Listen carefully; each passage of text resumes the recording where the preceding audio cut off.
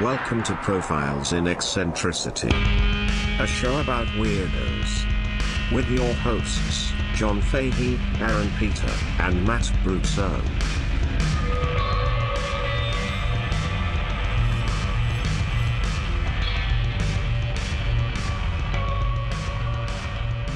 Hello, folks. Welcome to Profiles in Eccentricity. It's a show about weirdos, doggone it.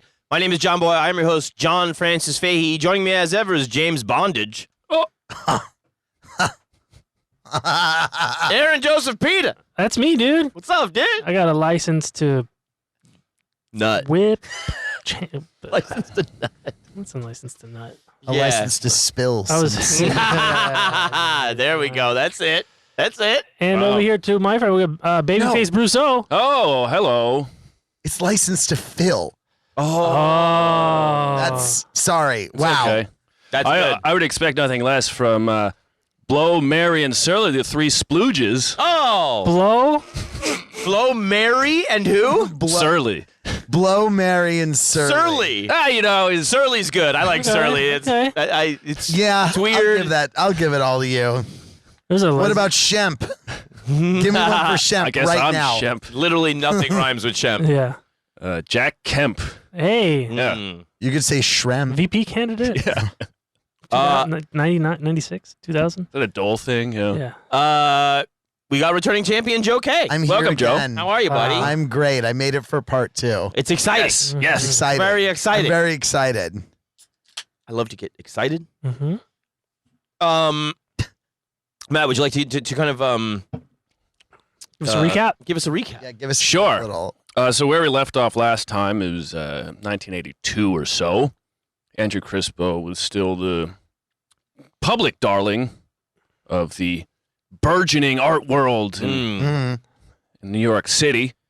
Everybody who worked for him felt less cool about it than people in the public art space, and even things seem to be changing a little bit with his club use, his drug use. Yeah. He started dabbling in the Chapo. Yep. Started dabbling in the Chapo. He was borrowing a lot of artwork and not giving it back or paying for it. Rather shady financial dealings. Yeah. And those shady scams with the signatures on the back and all that. Yeah. He wasn't like paying the rental fees or anything like that, right? Like he would. He would pretend it was a charity event. Right. So he didn't have to. Right. Smart. Okay. But Pretty fucking smart dude. but yeah, where we left off was about right before he started working with an assistant. Ooh. Right. But first, let me just give you a little intro to today's episode, part 2 of Andrew Crispo. Oh, yeah. Take us back. Mm-hmm. Meet local singles The Fix. in your area. Want to talk some shit? America in the early 1980s, excess celebrating itself, Springsteen's glory days, playing on Reagan's campaign trail, Gordon Gekko's greed is good, leading credence to financial absurdity, the message of both misinterpreted on purpose, reality being redefined by the powerful to justify their poisonous choices. Reagan told us catsup was a vegetable. New York Mayor Ed Koch told us the homeless prefer to live outside. Wow. Yeah. Is there never The choice of a new generation. Has there ever been a New York mayor that wasn't a total fucking piece of shit? Nope. Fiorello LaGuardia. Yeah. Loved Captain America. Sure. We were told to ignore the sights and sounds before us because anything was justifiable in the furtherance of American prosperity. Prosperity for who? Oh, for the prosperous. If you weren't in that group, maybe they would lend you a teat you could suckle off, give you a taste, and maybe that taste would come at the cost of your own self-determination. Ooh. When I think of an era like this, and I think of a man like Andrew Crispo, he seems like less an anomaly and more like an outlying freak point. Or less of that than more just a natural occurrence. Oh. In a freakish system of wealth, power, and excess with a self-defined reality. He had, after all, been rewriting his professional and economic reality his entire life. Things were what he said they were because he said they were. So far, it worked out pretty well. By 1984, he had an estimated $50 million in the bank. About $150 million today. The only thing that separated him from the worst actors of the 80s was that he was openly gay. Would you want to suck a cock in a sauna? In a bathrobe? Come on down to man country. Come on down to man country. Man, we love man country. Yeah, it's great. As the piles of cocaine dulled the senses, the kinks added up, the moral pendulum swung further and further from the quaint dalliances with gay boys in the bushes of Philadelphia Park. Fucking telling you. What are you telling us? I have predictions in my brain of where this story is going. Oh, we know where it's going. Try not to nut your pants. Hey, Or not do. when the cage is on. Hold on, I gotcha. I'm gonna control it. Oh no. Just a warning. Let's let it out for lunch. Just a warning. This episode will feature rape, sexual assault, and murder. Wow. And Promise? some of it will be described. But first, we need a little brief backstory of the young man who'd become Andrew's partner in crime. Oh. Okay. That was a fix. Saved by Zero. It's the choice of financial institutions everywhere for their commercials these days. Really? Yeah. Oh. According to an article I read on the internet. Thank you, BuzzFeed. Yeah, what were you on, Quora? If I'm doing a podcast and I want to talk about the 80s, what kind of song should I play? I went to Yahoo Answers. Yeah. Does that still exist? I think so, Yeah. yeah. It's called Quora. There you go. One of the Lehman brothers comes back. We play this song in our commercials. As I've been working in banks for 35 years, so there's that. Now I run the bank in prison. Now I run the Spank Bank. Invest your chits with us. There's been a run on the Spank Bank. Get your cigs while you can. Make sure you get the good flavor of ramen before the only one left is shrimp. Dude, the worst. So we're gonna try to give you a brief backstory of one Bernard John Legeros. Legeros, maybe. L-E-G, capital G, E-R-O-S. Garros. French. Huh. Legare. Let it get it. He was born in 1963 to a South Dakotan father of French descent and a mother from the Philippines, eldest of 4 children. After his birth, he was sent to live with his maternal grandmother for a year. And then in 1970, he was 7. His father, John, became a United Nations Director of International Development Projects. He would go around the world on UN missions, and 1-week trip would turn into 6 weeks. And, he gave all of his sons the middle name John. Even with the unspoken about family he left back home in South Dakota before he remarried and had more kids. And they were all middle name John. Yes. Over there in Thailand. Weird. Yeah. And again, most of this comes from Bag of Toys by David France and a couple other articles. According to David France, despite being the only parent with the kids most of the time, the mother, Raquel, when pressed to write down Bernard's milestones from age 7 to 11, could only remember 4.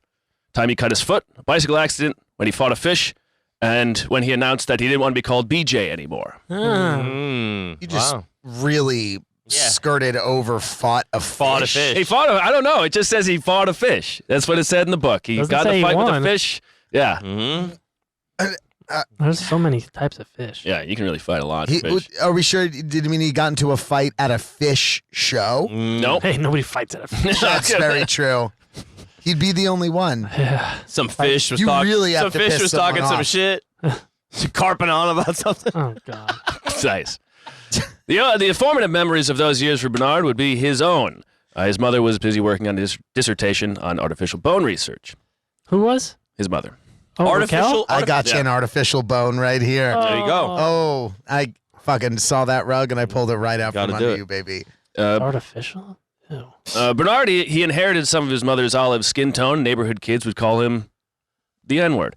And Oh, my God. his paternal mother, on his dad's mother, disowned the family because of the mixed-race marriage, and then she died of a heart attack. Oh my Whoa. God. So the French grandma disowned the half Filipino children. Yes. And then she died. Good. Fucking good. Good. In 1974, Bernard and his younger brother David were sent to live with their father for a year at his UN residency in a compound in Yemen. Oh, great. Yes, Bernard was told his 2 family dogs, whom he loved, his best friends, would be okay. They were given away or disposed of. Christy Nome, call her up. A lot of gravel pits out there. On his first weekend in Yemen, Bernard and his brother walked to the open-air market in town and came upon the site of a double beheading right in front of him. Whoa. 2 for 1. Yeah. Holy shit. That's a really big machete. Just Yeah. Whoops, we didn't even mean to kill that guy. Oh my In God. the splash zone, dude. In the wax zone, dude. they just walked past a production of Evil Dead the musical in Yeah. Yemen. It was 2 guys on either sides of a saw. Just two Yemeni doing it. lumberjacks Yeah. with a giant saw. Oh my God, it's so morbid. It is.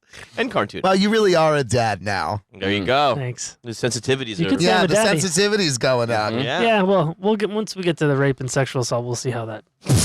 Good God. Yeah. Good Lord. A few weeks after he arrived, Bernard was kidnapped by a local man, lured away with snake skins. Oh, irresistible kids. Kids love them. Not a lot of candy out there, you know? They'll probably just use condoms. They're putting them on their fingers so they can make witch fingers out of Yeah. skins. I mean, it's pretty cool. Let's be real. Yeah, it is pretty fucking cool. Bernard didn't have a great time. His schoolwork suffered. His artwork became death obsessed. It was dismissed as it's a boys thing.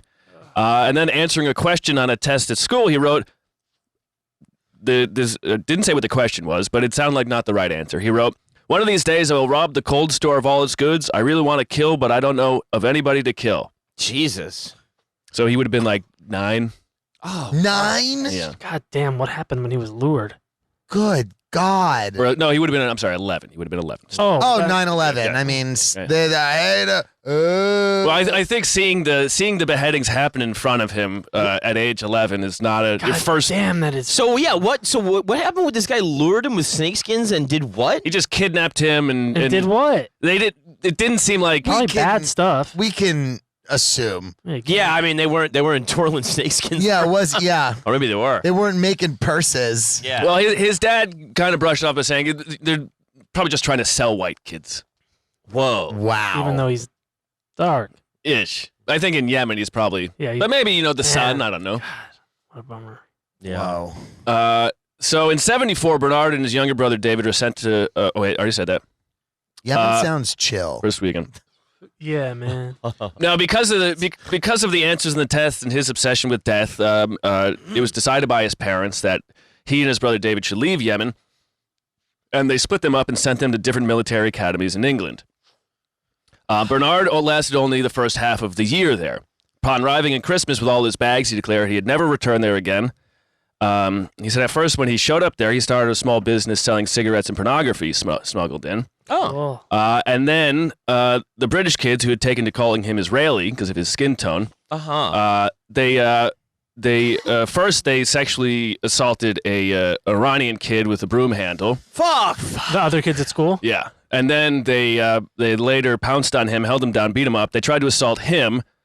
He got away, and he ran away to his only friend there, who was the school nurse, a matron. And when he reported the assault to her, she started raping him. What? Yeah. She pulled his pants down and jacked him off. And then, What? Yes. Holy shit. Yeah.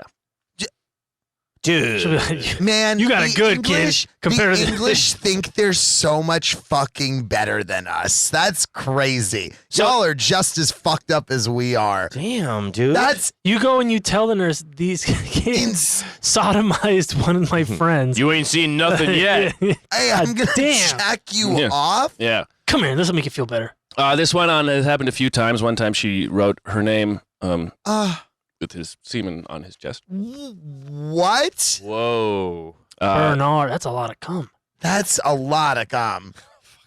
That's He didn't tell his parents about the rape. He told them about the assault. His father seemed to believe that he had just made up the story from a movie he watched.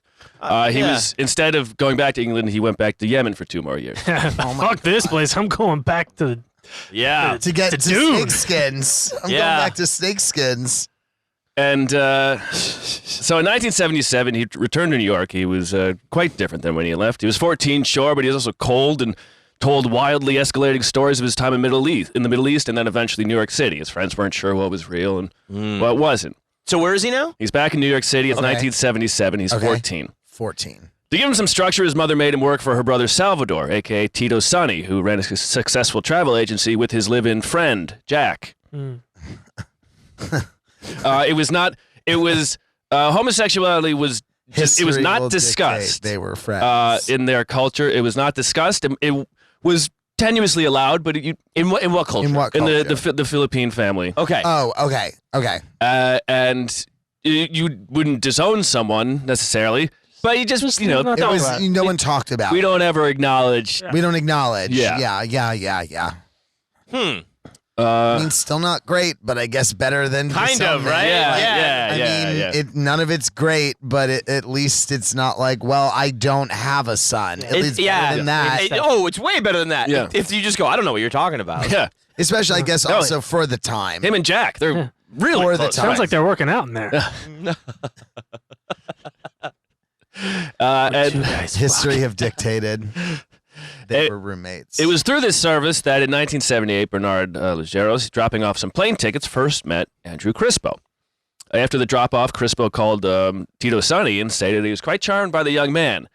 Tito Sonny didn't tell anybody, but he just put it in the back of his head going, I've heard a lot of stuff about this Crispo guy. Maybe I should keep Bernard away from there. Okay. But then in 1982, fresh off 2 suicide attempts, one where he was caught by a guard while he was dangling off of a ledge, and the other one where he took potassium cyanide at dinner with his girlfriend right in front of her, and she drove him to the hospital, and they saved his life without any major organ damage. God. That's wild. Yeah, he had gotten the cyanide from his mother's lab. He did say that he would kill somebody if he thought of anybody. Yes, and Yeah. he Well, certainly they figured it out. Wait a minute. I was here the whole time. I the know. whole time. The whole time. Yeah. You telling me you can kill yourself? Whoa. I never heard of this before. And so it was after those 2 attempts. He had been struggling with his girlfriend. It was 1982 now. He would have been 19. So now he's the ripe old age of 19 now. Mm-hmm. Elder at this point. Yes. 1982. He was born in 63. No, I'm sorry. He was 22. Okay. Oh, so a corpse in the ground. Yeah. Oh my God. Ancient. Gotta work on my math. Maths babes. Is that right?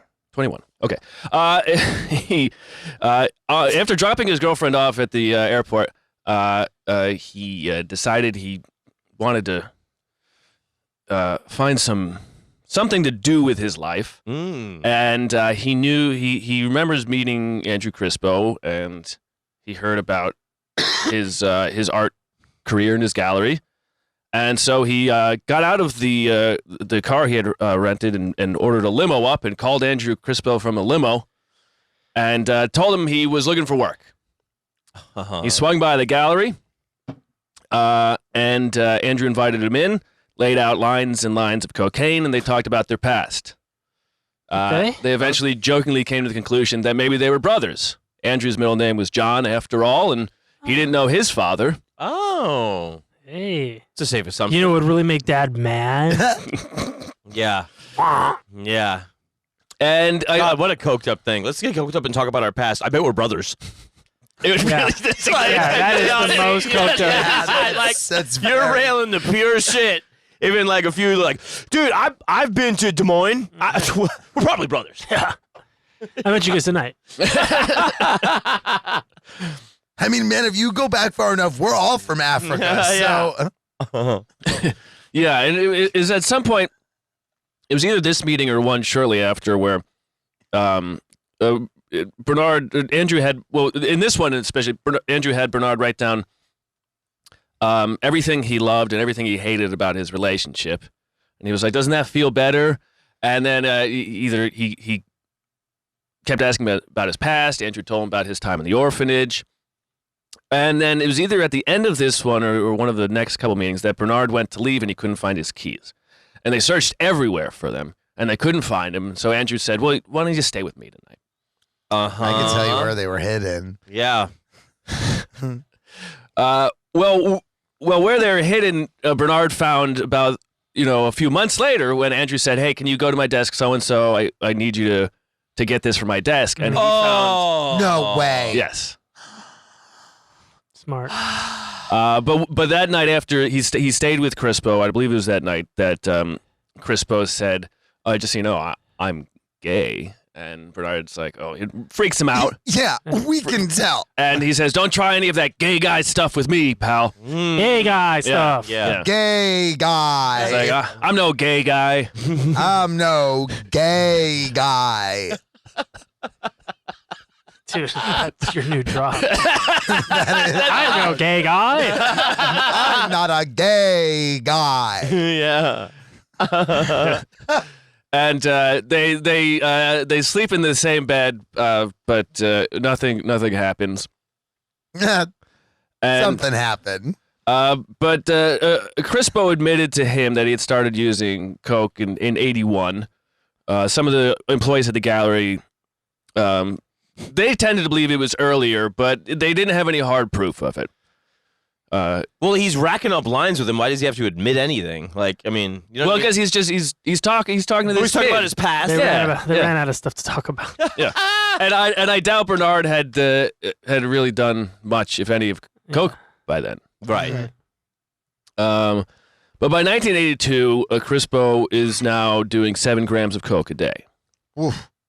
Oh Is that my that's a God. lot, right? That's a lot. That's 2 8-balls. Yeah. Oh wow. Okay. I don't know if I ever partaken in coke, so I actually don't know lot. how much that is. I know, it's a Good lot. amount. Okay. It's a lot. Yeah. Holy shit. Wow. Yeah, and he's doing a thing where he buys it from. Each He always or- buys it from like different, not all the time, but he doesn't all buy everything from one person because he eventually he'll start owing money to one guy, and then you buy it from someone else, and you buy it from someone else, and he also cultivates a group of like local street toughs who he pays for. He buys cocaine off of them, and he also pays them in cocaine, Oh, God. and they'll come up later. Oh, I imagine. Wait, the just toughs, the hookums? Yeah. to clarify, Mhm. is it they're splitting 7 grams or is it 7 grams No, and- each? No, just Andrew. Just Andrew. Just- Yeah. Oh fuck, that's Yeah. nuts. But also, is he giving it out to everybody, too? Yeah, most taken. okay, Most okay. taken, some shared. He's constantly doing it. People Hey, come I in. have He's like, this. "Hey, why don't you do some coke with me? Hey, why don't you do some coke with me?" okay. That's, Hey. yeah, it's still an So insane he's amount. still I was doing gonna say, 6 still grams crazy. a day. Yeah, yeah, exactly. Fucking nuts.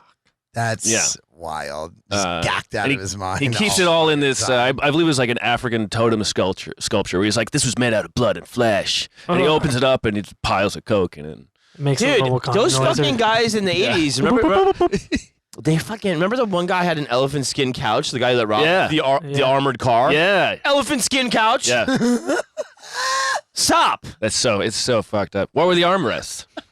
I don't Tusk. know. Yeah. Must have been. I don't know, dude. It's so gross. Yeah. Just like, I'm trying to put money into something. Oh, this is nice. What is this? Elephant. Is it even that soft? Hey, this has like nice fine hairs on it. Yeah. No, I mean, I would imagine that it's like, cured and tanned like Right, other yeah. Sure, you're right. You're right. Yeah. It's probably not just like raw elephant skin, Yeah. which would feel fucking crazy. That would be That would be feel- really cool.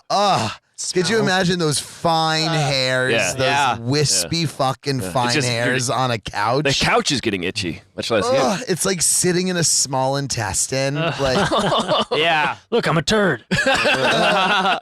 look at me, I'm a half digested Taco Bell taco. But yeah, and getting like African stuff. Yeah, It's so coked up 80s Yeah. New York. Oh, Very yeah. much so. Oh yeah, the most popular thing to do with 80s New York Coke money is buy anything from Africa. Yeah. Like, it was all about like, hey, got that from Africa. It was Yeah. get that from Africa. And I got that from Japan. I get my drugs from. New York was so coked up at that time they sent Paul Simon there to record an album. And you know what? It's his amazing. best fucking It's album. best album, hands down. Yeah. Now, Gay guy. Okay. So Bernard, he just keeps coming back and coming back. It's something to do. He feels like he's not exactly sure what he wants to do with life, but he feels like this is a job. Maybe I get into the art world. He thinks about going back to school, and eventually he does go back to school and starts getting a degree. But obviously working for Andrew is more exciting. It pays. Oh yeah, it's definitely exciting. Yeah. It's a bunch of thugs around getting paid in coke. Yeah. Oh, wait, I sold it to Doing you. coke out of an African skin vase, like. But he also he also becomes Andrew's like right hand man as kind of like when Andrew starts, it becomes Andrew versus the gallery. Bernard is the guy who Go between. Yeah. Because then it's the guy that can tell lies. Yeah. Yeah. And so when Andrew needs excuses, etc., it makes a lot of sense to make that buffer. Yeah, One of us can only tell lies, and one of us can only do coke. Is that a labyrinth drop? Yeah. Very good. Very nice. Good catch. I didn't catch Thank that. you. Now, by this point, the Andrew Crispo Gallery is still bringing in millions of dollars each year. It's still being silly with its money. Rent was $17,000 a month now. Crispo would never pay it on time. Usually he would wait for multiple threatening phone calls, and then they devised all these gimmicks like Fine. Yeah. It's so just annoying and irresponsible. Yeah. Yeah, when you know that they got the money. It's like now they're upset. Yeah. Now I'll pay. Yeah. You're like, it doesn't have to go there. No. You're gonna No pay. one has to get upset here. But I like it. We can all be happy. Yep. Yeah. But they devised schemes to make up excuses for not paying, which is actually harder than paying. What they do. One of the things is they have a post office machine, like a printer for stamping in their building, and they would Post date it. they would predate post date it, and then they would put it in an envelope, FedEx it to a friend in Chicago, who would crumple it up, stamp "return to sender" on it, and it would show up like 3 weeks late, and Andrew would go like, I don't know, the mail's crazy. The mail is crazy. Yeah. There's no way the post office could figure out how to get it from my place a block away. You know, I don't hate it because it's like, of course this would happen to me, and then like you feel kind of good, and it's all good. And meanwhile, back then, the post office, they were shooting motherfuckers up. Yeah, you put a couple bullet holes in it. like, It was back in the, man, Andrew Crispo is a messy bitch who lives for drama. Like, Yeah. That's what he is. It's nice. It's like typical gay guy behavior. To just be a messy bitch that lives for drama. Oh, I'm not going to pay them until they get like a little. Sending a bunch of S&M guys to a gallery. And then I'm going to put on a little show. And Yes, then I'm gonna do my to the camera monologue. Yeah. I And would then like check to my say- bounce. And I would just like to say that Gemma is a fat cunt. Yeah. And Because there's a thing about, like, if you know the steps that piece of mail went through to go through the lie, it comes out on the other side actually as a piece of art. Yeah. You know what I mean? The scam is the art. The scam is you go like, do you know the trouble they went to? Yeah. Just to really push it to the edge? Yeah. It doesn't make any sense. They spent money Yeah. to be late about money they were always going to pay. Yeah. And they spent additional money. Just to fucking Just to fuck with the guy. Just to fuck with people. That might be some gay guys. yeah. Now, somebody told them that I would be paying for my Coke on time. Well, someone lied to them several times. It was more like an old maiden type of cocaine. That is for every one of your homosexual listeners. They know what I'm talking about. You don't. Nope. I appreciate that. They love Guess it. we passed the test.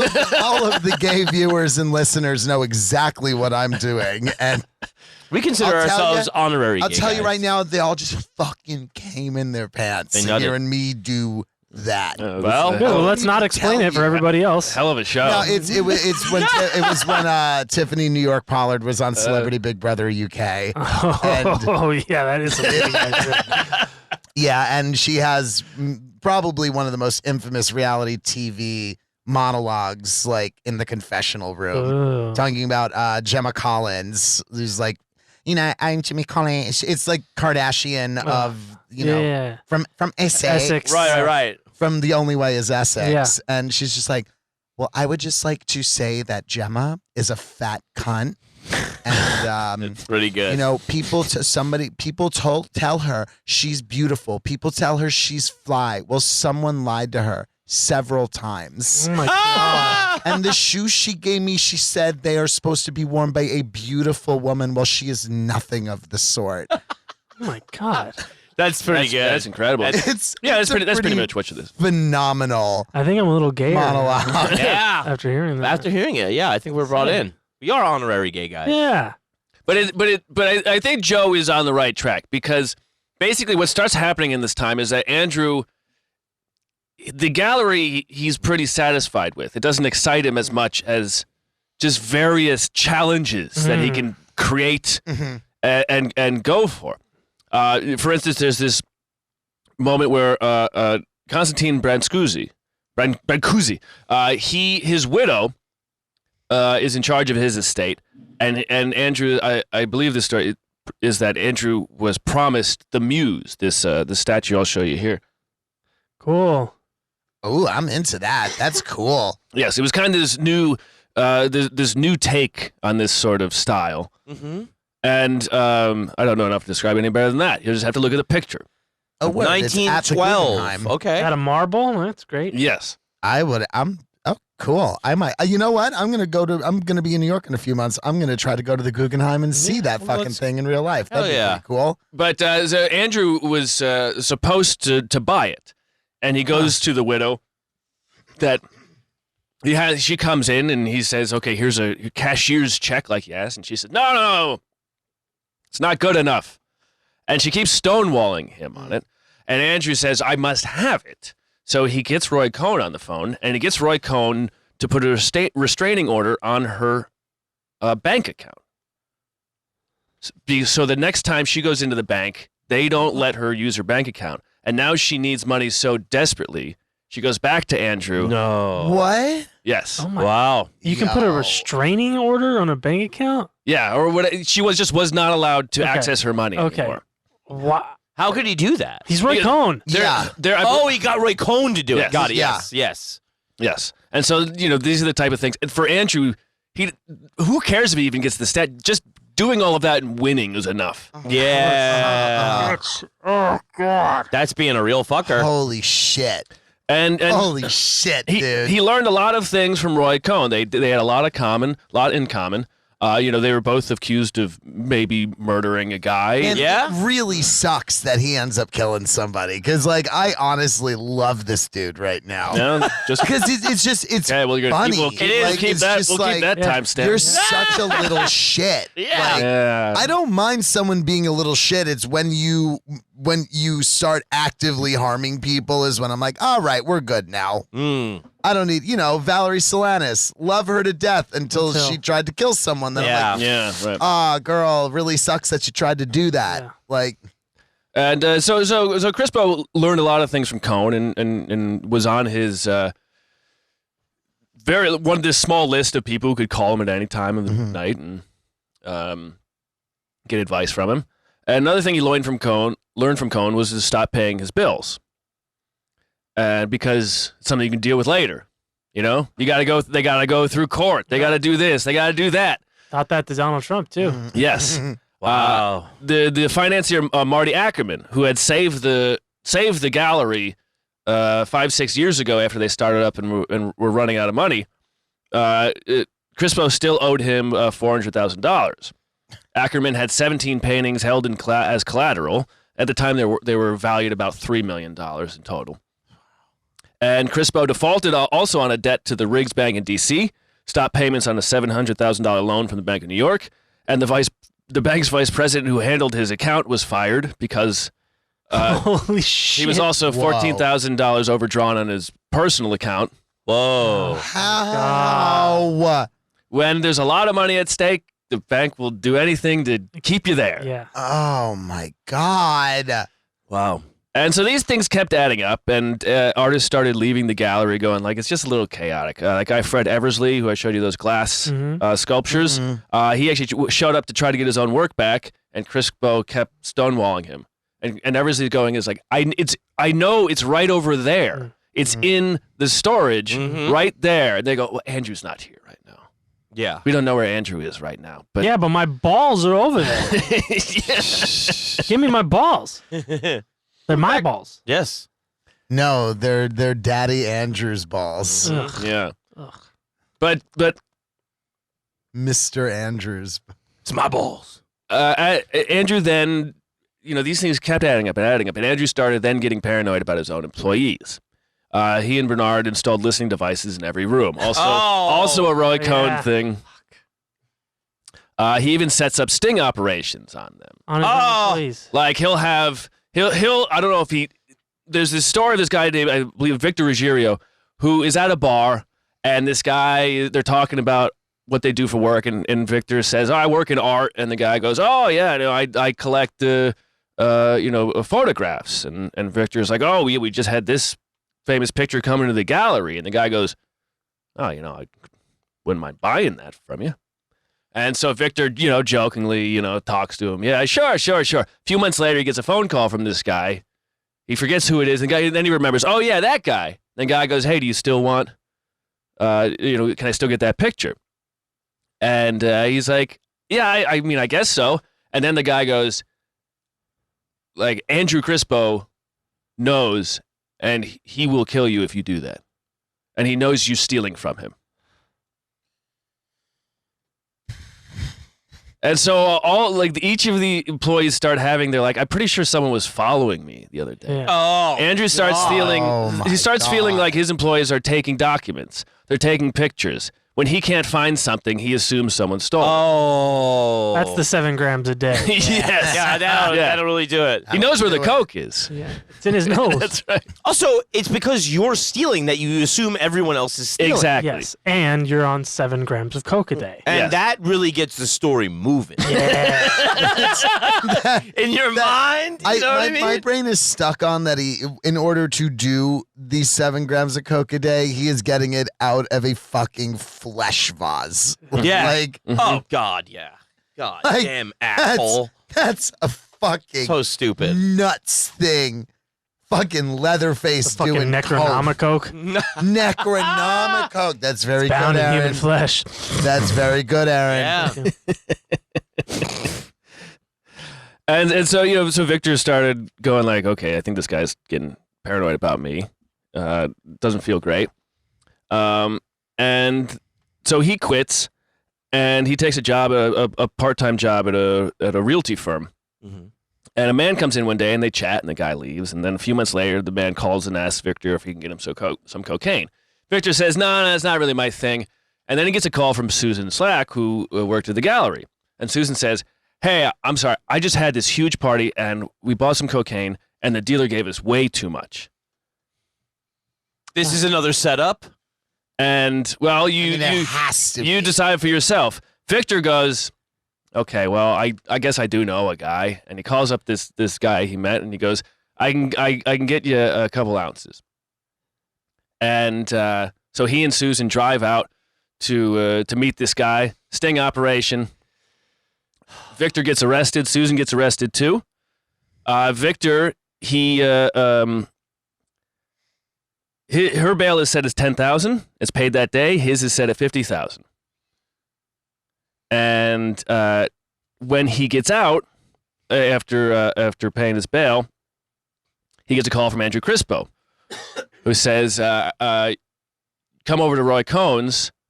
He's a friend of mine, and he's got a deal for you, and a good deal for him is a good deal for me." And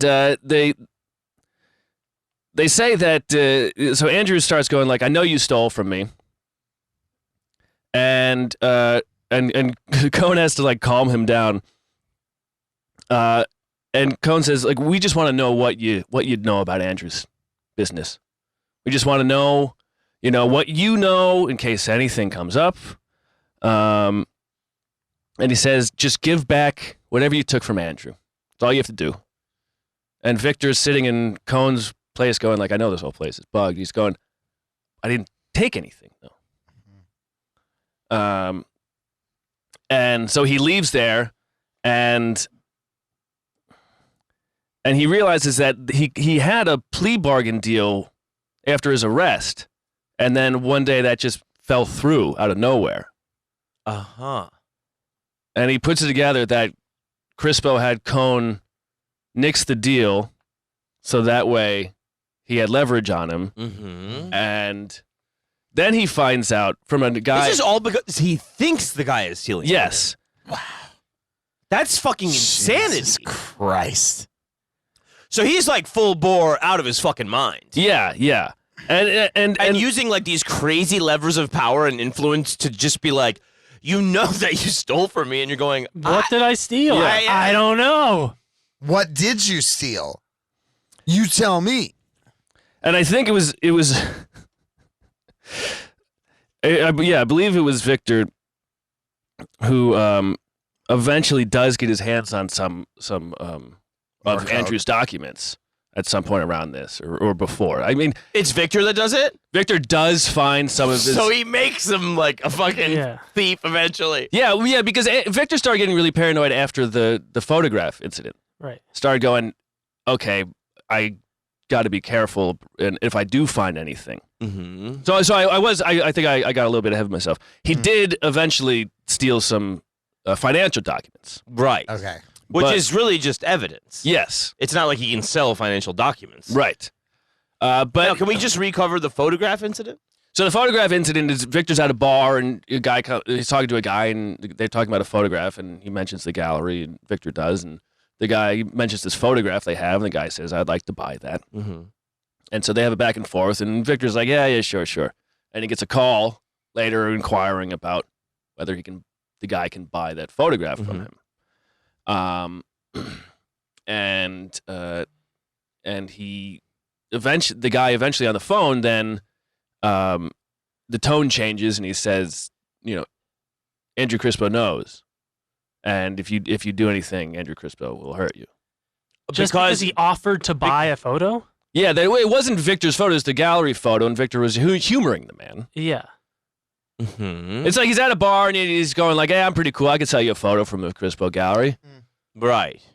And this gets back to Crispo, or I feel like it got back to Crispo and not that. Well, it's like he still would have to answer for the photograph being gone. I guess he's just dealing. So the guy was he's fishing for him to say yes to something. Right. But he tells Andrew about the phone call, and Andrew then gets more accusatory. Right. Okay, so all right, yeah, he's a full paranoid loony. Yeah. But when Victor is in jail, down the line, he runs into a guy who was also arrested, who had moved to New York for a short amount of time, and he had a connection in Brazil who sold coke, and he met people through Andrew Crispo, and through them, Susan called him up out of the blue to buy a couple ounces from him. And so he does, and again, this turns into a sting operation where he's arrested, but she's not. Excuse me. And it turns out a local judge in that area would say, ever since Susan got arrested, the guys we started busting for drugs were no longer street-level nobodies. Right. It was really fancy financial people. And so somewhere down the line, either Crispo was doing this to get Susan out and have leverage on her, or something was being worked to maybe originally get this leverage on Victor. It's never really clear what happens, but these two guys meet in jail, one busted for facilitating the deal, the other one busted for bringing the coke, and they both had this conversation going like, what the fuck is this guy capable of? Because we both know that guy. Right. Yeah. Right. And we're both in jail. Yeah. Right. And he doesn't like us. Right. Right. Wow. That's You're realizing, like, in that moment, how much power this person actually has. well, that's the thing is that it's the machinations of a paranoid person, like making reality so paranoiable. Yeah. You know what I mean? Yeah. warping it to Yeah. fit his paranoia. Yeah. Yes. It's a self-fulfilling prophecy. Wow, Yes. dude, that's fucking insanity. Holy shit. Like, literally creating the drama that lines up with Some his real gay guy perception shit. of the Yeah. way. It's some real gay guy shit. But it's kind of one of those things too, whereas like I kind of do believe of Roy Cohn, especially who I'm just terrified of, really. Aaron. We all are. Aaron got me his book from Alex Trebek. From Alex Trebek's estate sale. What? Wait, Yeah. Straight up. Went to That's Alex Trebek's estate sale, insane. and he had the Roy Cohn book. Yeah. I also got one of his chip clips.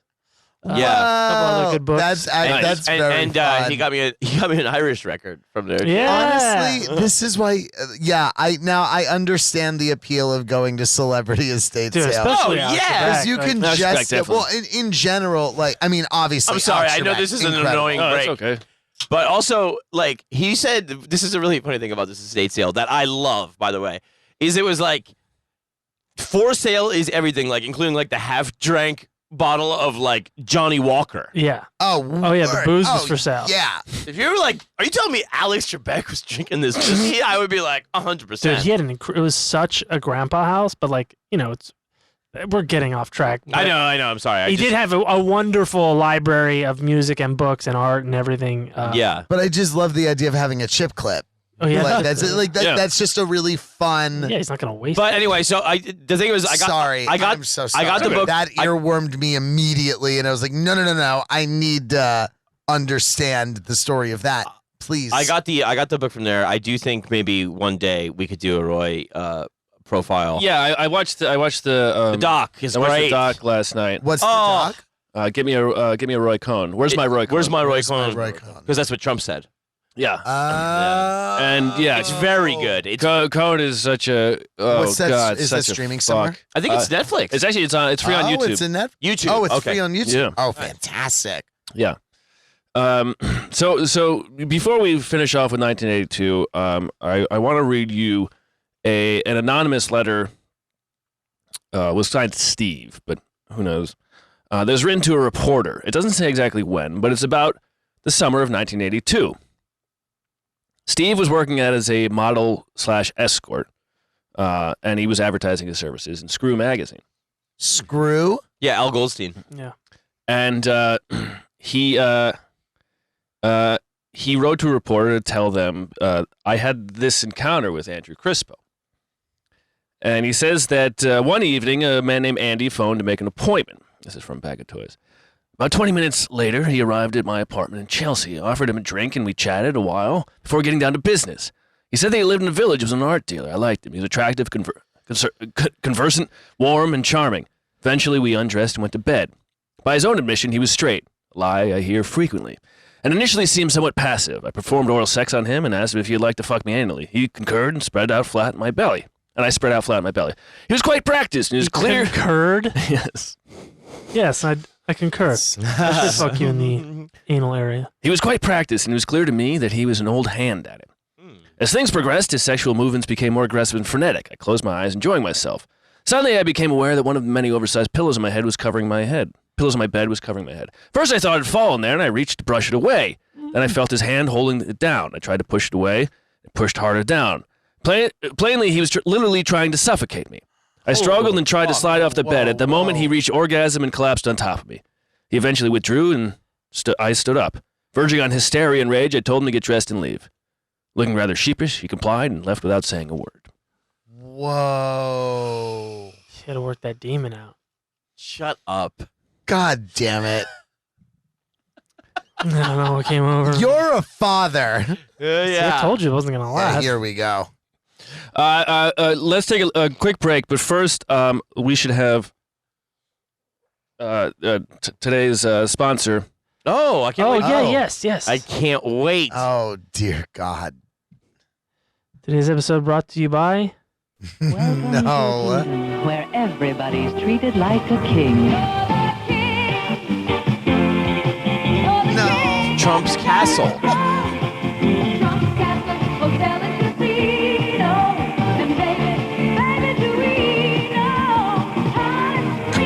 Three indoor. Is this Atlantic City? Trump's Castle, John. Trump Is this- Castle, the crown jewel of Atlantic City. Yeah, Oh, there this is you the one go. that went bankrupt. Yeah, like immediately. Have a casino go bankrupt. What I mean, That's That's honestly, that is an accomplishment. It's not hard. It's not easy. It's not an easy thing. Yeah. To call it Trump's castle and immediately have it dive bomb. Not is Trump hysterical. Castle. Yeah. apostrophe Trump's castle. Yeah, his castle lies in it's ruins. his castle. Yeah. Yeah. I mean, I should mention before we go, Victor Ruggiero got 3 years to life for his 3 years to life. for being the middleman of a drug deal. Whoa. That is such Reagan's an America, insane, baby. dude. That's such an Trump's insane. castle. That's nuts. Trump's I said Castle, he got more everybody. years than Trump's castle. Damn. To life. Yeah, Did he get out? he did. I believe. Okay. Yeah, 3 to life is a crazy thing to do. That's what I'm saying. Yeah. I don't know, dude. 3 life? Who cares? Like, do you just leave in the middle of the sentencing? You're the judge. You're like 3 life. I'm out. You know, Audi. it's like you're going Peace like. fags. Dude, Did it. Timestamp. What if you go 3 to life? 3 depends what you can do for us. You know what I mean? Hey. Damn, that's crazy. All right, let's take a break. Come back. Yeah. All right. All right, we'll be right back, folks.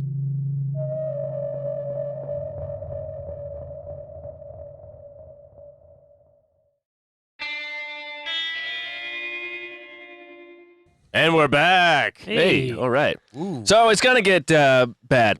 Yeah. Yeah. The waters are going to get choppy. Yeah. I would like to rescind any No, prior. yes, too late. We have it recorded. No, It's a drop now. no, stop it. I don't like him. No. So I want to give you a little, just a little taste. We're going to talk about the mine shaft. Oh. Oh dear. The basement of Man Country? One of the premier hardcore S&M clubs in New York at the time. It was That's a good one. Yeah. now You're diving for coal. during regular working hours. It was full of refrigerator trucks and loading docks, and then they would all leave, and the streets would be hosed down, and men would come in, and the signs would read: well-cut beef, steaks and shelled strips, top butts, fillets, chopped meat. And that's what the sign said. And then you get to the door where the mine shaft is, and it's Top butts. hand painted on the door. It said mine shaft, and there was a listing of the dress code: no cologne or perfume or designer sweaters, no suits, ties, dress pants, or jackets, no rugby-styled shirts or disco drag, no coats in the playground, no horizontal stripes, no dress pants including chinos or pleats or designer jeans, no formal shoes, no sneakers or tennis shoes. No formal shoes, no sneakers or tennis shoes. So you have to Just like. construction boots and leather chaps. Oh. But, By the way, top butts, huge waste of time. What a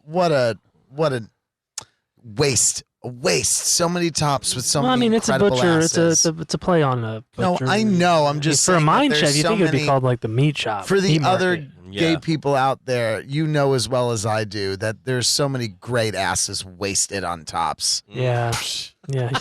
From your mouth to God's ears, buddy. Yeah. Your mouth to God's top. I mean, from my mouth to God's ass. That's Whoop. So when you enter the mine shaft, the first room is wide plywood bar, hitching post devices hanging above it, and attached to it, a drum of Crisco sat next to the cash register with a notice advertising the price of a fistful. Yep. Yep. oh, Crisco's the go-to fisting lube. Mm-hmm. It is. Or was at least. I don't know. I mean, it's a trans Anymore. fat, so I guess maybe still is because it's trans. God. And as you went into the other rooms, there was shirtless men or completely naked, wearing jock straps or cowboy chaps or. What's with the jockstrap in the gay community? I think it's just part of like It's the. kinky? And I wouldn't even say kinky. I think it's like in that same way that any uniform. Yeah, I was or gonna anything say. would be a fantasy. jockey, literally. Locker room. Yeah. It's Yeah. locker room. That's what it is. Like it's locker room shower. Yeah, got it's it. high Yeah. school Done. football. Got it. Yeah, you Makes get total it. sense. I can't believe I didn't get that. Yeah, I'm like, really? Didn't even. Oh yeah, and they love fucking sweaty jocks is the thing. Yeah. For sure. Yeah, Huff it. yeah, huff it. Take the jock out. It works as a face mask when you're done. Yeah. And again, I'm reading from David Francis' description of the place. Hands firm on beer cans or whip handles or doorways made the only rapid motions as they swooped down on the dangling penises or pink buttocks, narrow waists pulled out of the crowd. No one spoke, but the chambers were packed with relentless disco cadences. A wild smell spoke of armies of visitors to this body biologic. Gallons of piss and beer and sweat and cum, miles of leather, sweat, flesh and mold. Amyl nitrate was uncapped everywhere, casting a vague orange halo over the happenings. Oh, Yeah. God. Piss fumes and poppers? It smells crazy in there.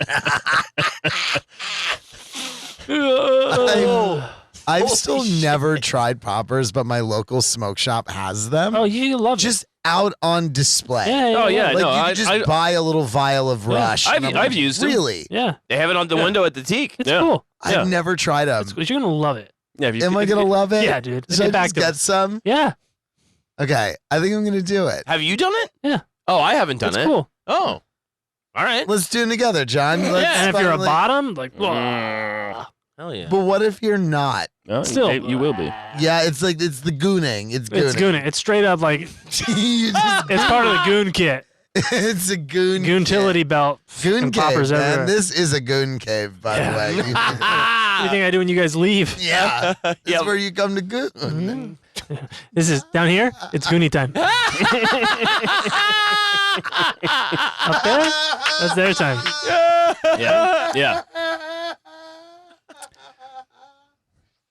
Through a small doorway to the left of the bar, opened into a room with a prison theme where men stood in small cages, were handcuffed to bars or strapped to chairs. The establishment had 3 bars on 2 floors. I know this is all designed to be shocking, but I'm like, yeah, Pretty this sounds standard. pretty Yeah. par for the course leather bar. I'm just thinking about Aaron when I made him watch Swimming with Sharks. He's like, it's like every 90s movie there's a guy tied to a chair. Yeah. So, Every 90s movie, there's a good Fuck dude yeah. duct taped to a chair. Shit. Yeah. Aaron, it's a key observation. That's Yeah. a very key The observation. cover of every VHS. Yeah. Yeah. The ref. I mean, the Reservoir Dogs. the mine shaft was kind of became sort of the stereotype. In the manager was named Wally Wallace, and he's in the leather museum. Whoa, wait, where's the leather I museum? can't remember, but they have Probably San Francisco. they have that Robert feels- Mapplethorpe's mine shaft a member card Cool. in the museum, and Wally, he said the boys come here for fun. Yeah. What they're doing here is safe, sane, and consensual. They're doing exactly what they want to do, exactly the way they want to do it. It's a game. It's got rules. Bottom sets the rules, like how much pain is too much pain, when the scenario will stop.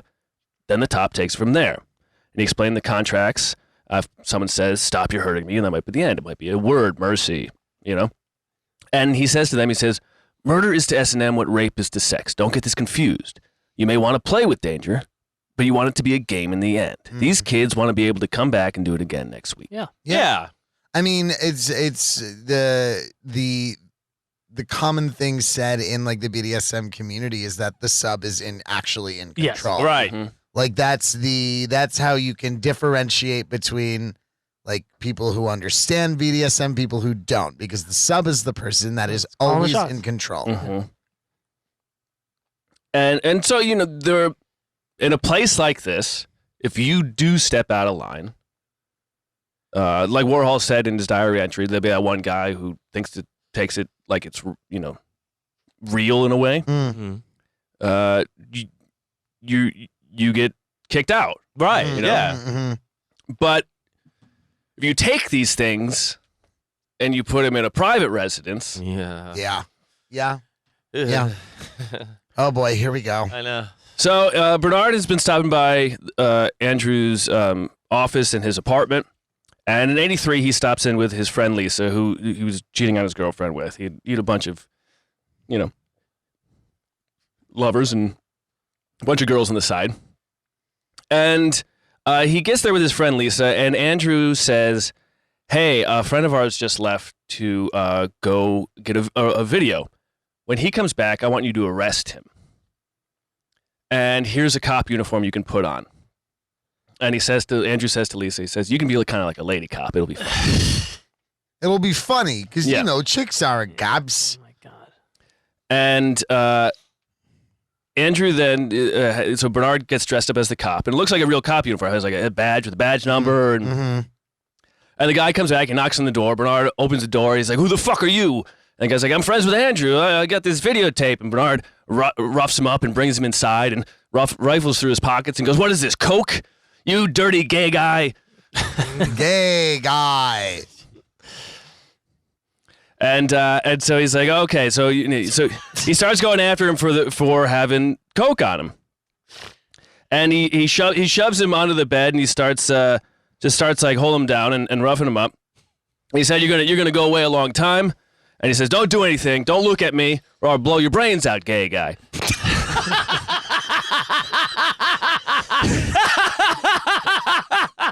It never gets old.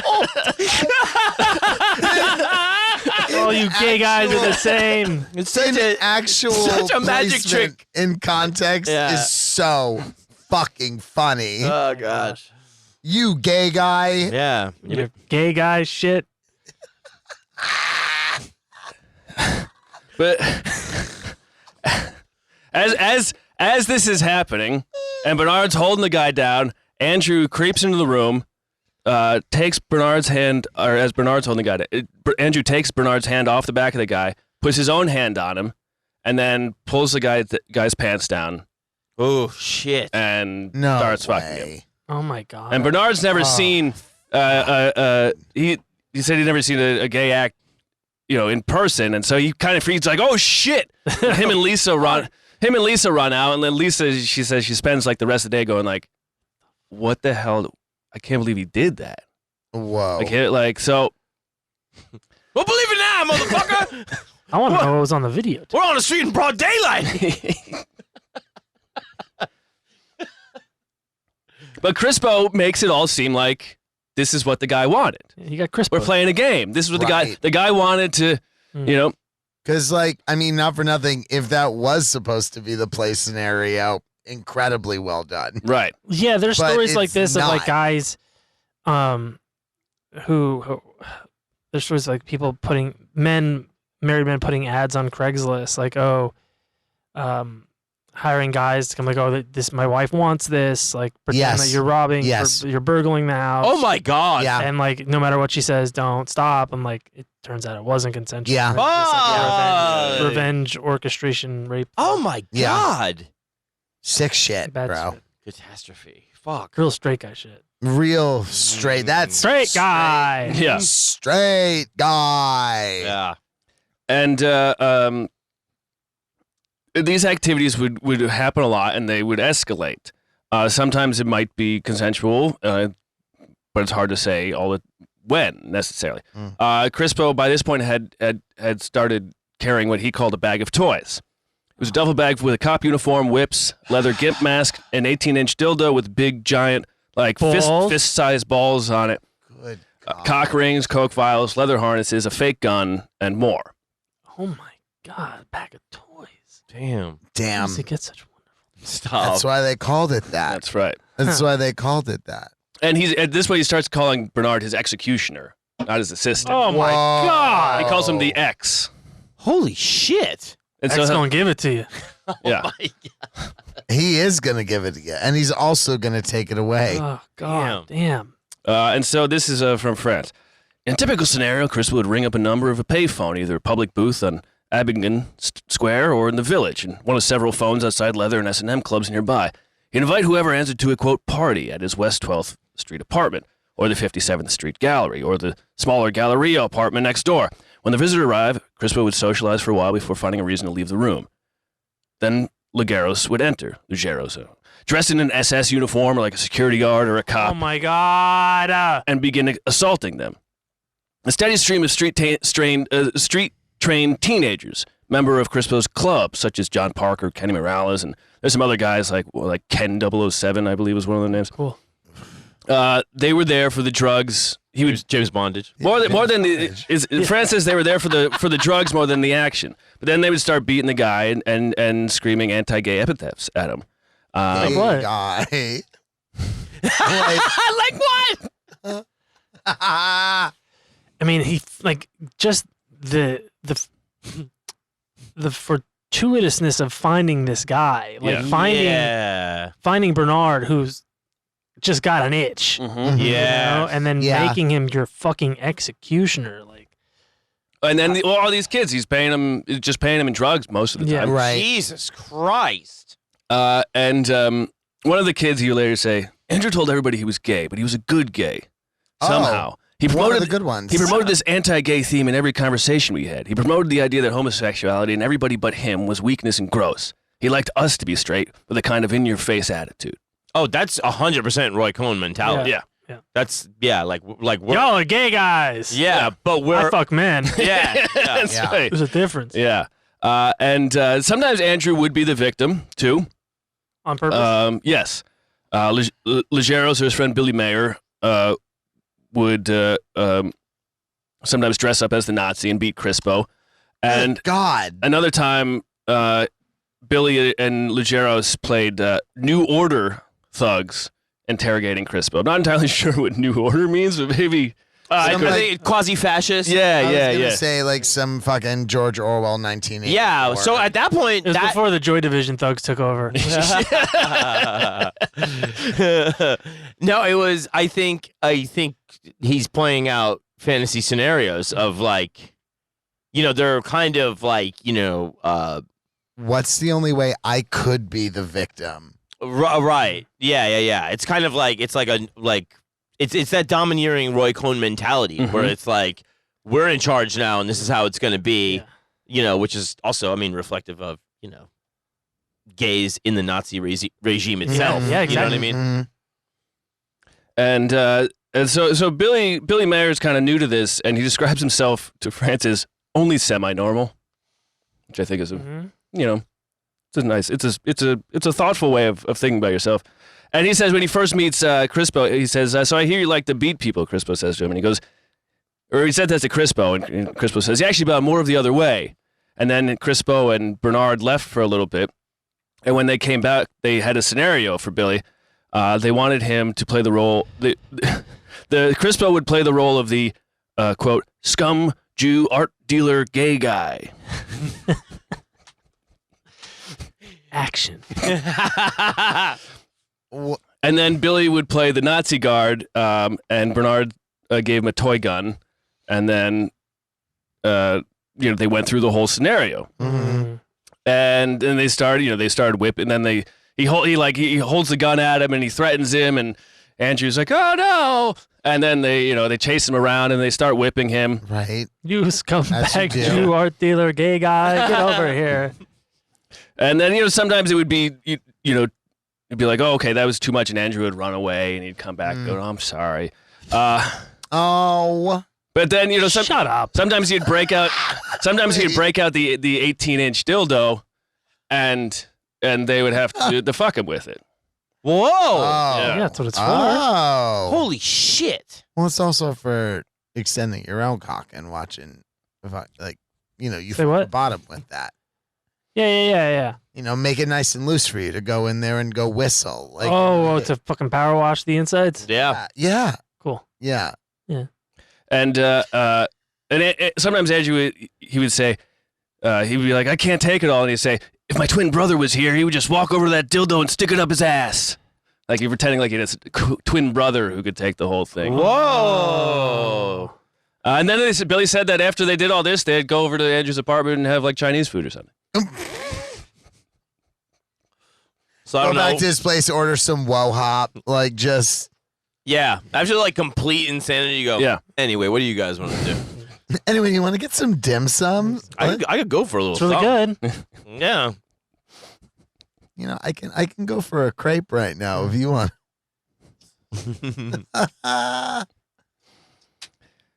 And so this goes on with them and some other guys, and then there's this one night with the man who would later describe the incident under the name Paul Jeffries. And Don't trust that name already. well, it's a alias because of what happened Well, to that's him. that's exactly why I shouldn't. Here we trust go. it.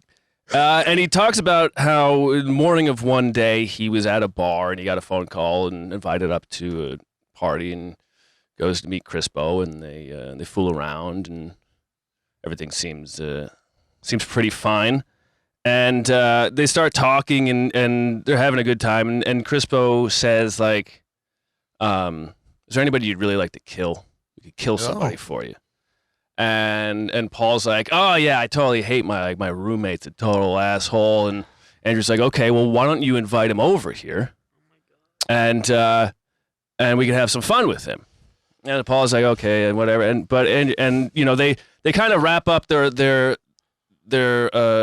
thing. They pet each other and they play around and they do a bunch of coke, but neither of them can get it up, and Paul laughs about it and wants to go to bed. And Andrew says, well, you come back later. And Paul, when he comes back later, he's like, yeah, he just figured he was joking about killing guys. He was like, whatever. And they're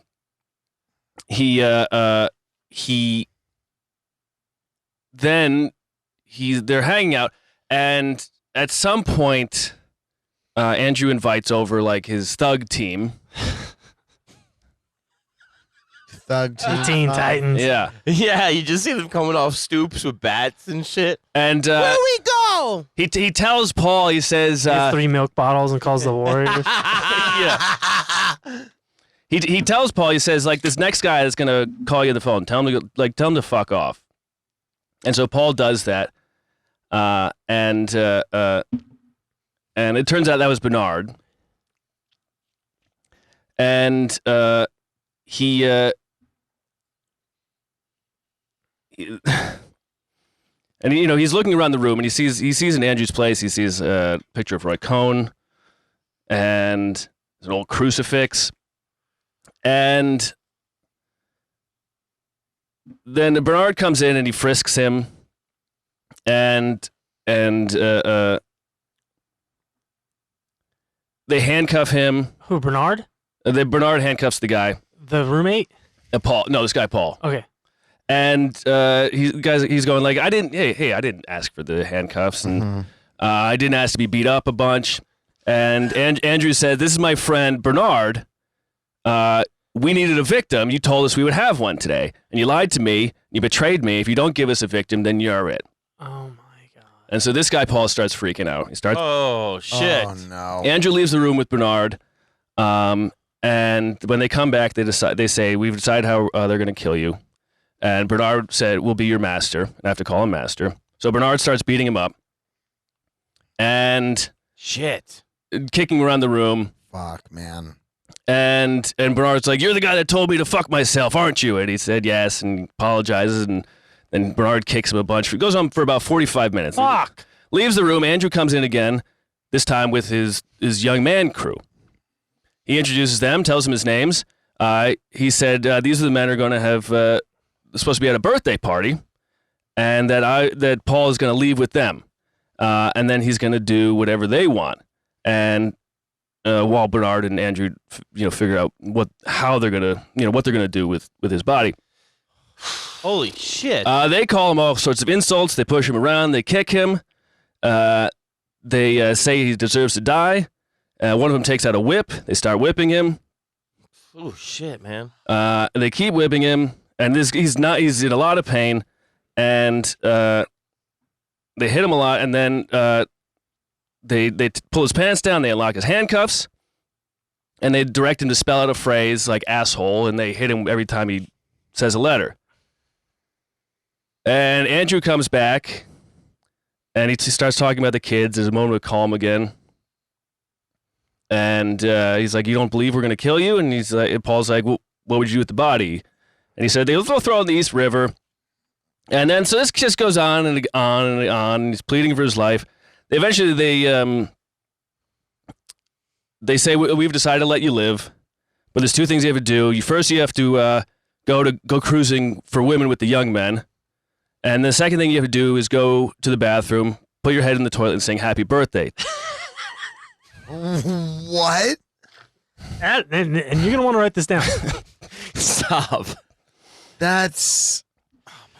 So they bring him into the bathroom. They put his head in the toilet. He starts singing "Happy Birthday," and then they start pissing all over him. Oh, As shit. you do. I was wondering when the piss was gonna show up. Then they called him more names, started laughing, and left. He washes himself up afterwards. They'd taken his handcuffs off. He leaves, goes back. Andrew Crispo is the only person left in the room he goes back into. He was masturbating, and he says, "Come here," and the man performs oral sex on him because he felt like he had to. Yeah. And then Andrew has them all go out to dinner and makes the guy pay. Wow. Because Andrew says he's out of money. Oh my God, it's so Findom. humiliating. He's all beat up and shit. He's at a fucking Chinese restaurant. Yeah. Ooh. They're getting fucking raised papaya dog in the middle of the night. God, dude. Because Andrew had paid most of the kids in Coke except for one of the kids. He gave $150. Tapped him out. Yeah. Good God, man. You got this, right? Oh my God. It's all swollen. Holy shit. Smells like piss. He's good for it. But he goes home and he tells his roommate the story. that he hates. Yeah, he doesn't hate anymore. Yeah. Well, you're lucky I didn't call you over. Seriously. Now he really hates him, probably. Oh Well, he my thought it was, God. when that came up initially, it was more of a joke. I don't think he really. Yeah, I know. But Yes. Jesus. God. That was 83. Later that year, a friend of Andrew's named Sam Collins invites Bernard in for a job interview. Collins and Crispo were former lovers who during 83 and 84 would do the loop together. They would go to various bars, pick up guys, go to the apartment, go to various bars, give everybody a ton of Coke. Collins at that point said he was doing about an ounce a week. No, 2 ounces a week, I'm sorry. Holy shit. It was at a show that Collins introduced Crispo to a young gay fashion student named Eagle. Spell it. Eigil. Eagle. Eagle Dag Vesti, Norwegian, young Norwegian kid. I'll show you some pictures later. And Collins says that not long after this party where he introduces them, he goes to a party and finds that Egil and Crispo have become quite close. Uh-huh. Now, during this interview with Collins, Bernard later said he started feeling groggy and left. He doesn't remember much else. Not long after that, Andrew tells him that Sam Collins had drugged him, fucked him, whipped him, and took pictures of it. Ooh, shit. Bernard wants to beat up Sam Collins and just fucking kick his ass. Andrew says, "Don't worry, I'll take care of it." A few weeks later, Andrew says he got the pictures back, and Sam was forced into a mental institution in the Midwest. It's all taken care of. Wow. Jesus. How much of this is true? Sometime later, Andrew invites Bernard to his apartment where Andrew says that there's a nude man in a gimp mask. He's tied up in the shower. He says he's a close friend of Sam Collins. Do whatever you want. Bernard then goes in and savagely beats the man. Oh, my God. And he leaves, and Bernard leaves thinking, Andrew's a good guy. No one has ever done anything like that Nobody's for me. ever got me a whipping person. Yeah. And What a good guy. Whoa, man. Crispo, What a mensch. Oh, my God. and during one of their long coked out conversations, Bernard talking about suicide, Andrew had told him, he said, "Hey, if you ever do want to die, I'll pull the trigger." Oh Oh. my God. Now, the truth, perhaps, at least from what we know and what Sam Collins says about that encounter, is that Sam Collins was not in a mental institution. He had gone to a drug rehab facility in New York. He was doing 2 ounces per week, and he said by that time, Crispo had surpassed even him. Holy shit. And much later, Sam Collins would also tell police that Andrew Crispo had called him and told him he was sending Bernard over as a gift. Give him a couple drinks and he'll do anything. Sam Collins states that him and Bernard had some drinks, went out for some more drinks, and Bernard started kind of mopingly dragging his feet. Then they went back and had very unpleasant, sad sex. And Bernard left. So I don't know exactly what the truth is. Maybe Bernard blocked it out. He always insisted. He was in an affidavit I read years later. In the mid-'90s, he signed. He said, multiple times, "I am not a homosexual." Right, yeah. But you can still not be a homosexual and have sex with a guy. Yeah. Sure. He didn't say that. He didn't say he didn't fuck guys. Yeah. Yeah, it also seems like there's kind of some sort of an economy of kind of like making people do things. Yeah. And that he would have been, because he enjoyed the violence so much that Crispo was giving him, that Crispo also knew he could make him do what he wanted. Like, he would get off on being like, you got to go fuck this guy. Doesn't that make sense? Yeah. And especially because it's like we both know where the bodies are buried, Yeah. you know, in a way, you know. But it to me, it seems like the pictures never happened. They were all a fabrication just to get him to do what he wanted to do. Right. Yeah, that guy in the shower, who knows if he ever even knew just Sam some- Collins at all. Yes. It was Andrew. Manipulating. Yes. Yeah. And you know, it worked. Like Bernard's saying, like, this guy actually is a friend. No one's ever done anything like that for him. Fuck. Crazy mind games. That's wild. In Fuck, man. 1984, Marty Ackerman gives Andrew a final notice to pay his debts. Andrew does not. The paintings were all sold. I think they were sold for like $10 million, which is, it's so silly because it's like Andrew could have, you know, they could have worked out some sort of thing, but Andrew, where Andrew's debt, it was $400,000. Right. God. Andrew instead, he sues Marty Ackerman, and keeps having his he's still being represented by Cohen's people, and keeps having the case pushed and pushed and pushed and pushed until the judge basically says if Crispo doesn't show up today, he's going to lose. And so his lawyer calls Crispo and gets him down there, and what happens is the attorney later tells a reporter of what happens. He said, he came down to court. We started the deposition. Within 15 minutes, he had created so many contradictions to his story. He was sweating profusely. I was sitting next to him. I could literally look through his nose. I could see all the veins in his nose, red and blue. Within an hour, he destroyed the whole lawsuit. Wow. Because, you know, depending on whatever his paperwork said, there might have been some way of him to get some of his paintings back, or cancel out that thing, especially with Cohen's lawyers. Yeah. Right. In June of 1984, the Baron. Hey. Remember the Baron? He's Oh, back. yeah. Von Higglebiggle. I should have done this before, but I looked him up, and here's his full name. Oh, no. Baron Hans Heinrich August Gabor Thyssen Bonavisa de Cazon. Cool. Jesus Yeah, Christ. Higglebiggle or whatever I said. Yeah, he's in that Harry Potter thing. And, Yeah. That's that part of aristocracy where they're like, listen, Idiocracy? you can kind of fuck into some money, like a lot of counts and barons. Yeah. But you got to keep my name with you. Yeah. They make that. That's part of the deal, dude. Yeah, it's Yeah. And then you the end card up in the library book. Yeah. Be like D-lit, like the H-list royalty. but, Yes, like yes. you will like. But you got to throw my name on there. Yeah. 'Cause, like- Tessa Vessa. And it's Always got his legacy. yeah, because it means somebody else, when they're going, what are all those? They have to tell a story about you. Yeah. It's Yeah. strictly Right, yeah. It's strictly a legacy thing. well, I mean, the interesting thing, I believe, if I remember this correctly, the Baron's, I think his grandfather was adopted into that Baron family. Wow. So he really lucked out. For sure. I think I like that level of aristocracy. Yeah, I we think that's should- kind of cool. Yeah. That's a fun one. Yeah. That's where you could just like fuck around. Yeah, now they just now they just take their blood. All these VC guys. Right. The Viet Cong? Oh, venture capital.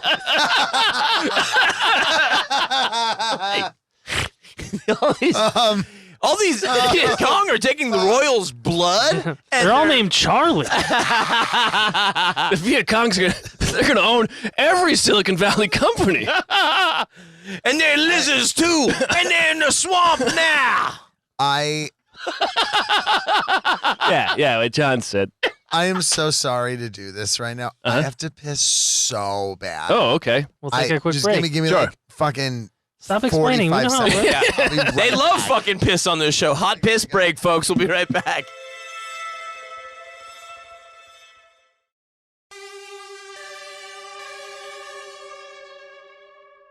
And we're back. Hey, all right. Okay. Okay. So, in '84, right, Andrew Crispo loses the Baron. Baron cuts him off, stops responding to his calls. Especially because, Andrew had also sold paintings that were the Baron's to other people. and just generally the relationship had been kind of falling apart. You know, his best client, the guy who had kept him afloat.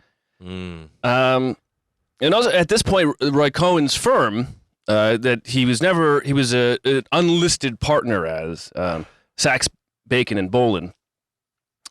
They've been doing IRS work because the IRS has been coming after Crispo for about $10 million of undeclared earnings, and maybe with help from the documents Victor Ruggiero did eventually take. I can't remember if there's confirmation on that. But all of these attorneys had started visiting Crispo to get their clients money or their paintings or something. And for some reason, Crispo had started talking to them about his IRS case and mentioning the work of Sachs, Bacon, and Bolin, and even asking them if the work was good enough. And this kind of gets back to Cohen. And the one thing you'd never do with Roy Cohen is bring in a second attorney. Right. You never say, hey, I'm not sure if Roy's doing a good enough job. Because with Roy, the thing is loyalty. Right. No matter what's happening. Right. And so that gets back to Cohen. And then one night in early 1984, Crispo, he's on a 4-day coke bender. And he has been reading Nostradamus. Oh, good. Oh, it's all gonna make sense. Yeah. Learning about 9/11. Yeah. Don's Yeah. loving it. I am, dude. What a qualifier. And he's been reading Nostradamus. Well, I mean, on day 4, like, what do you have Makes left? anything you Check out say this next. quatrain. Check out this quatrain. That's got the same energy as like he's been reading Infinite Jest. Yeah, Like, yeah. He's seeing the quatrains and he's going, bars, dude. This is bars. And this is from France. Some part of one of the predictions said something like the bear was going to lie down with the eagle and the world would be ruled by a man with a turban with a star on it.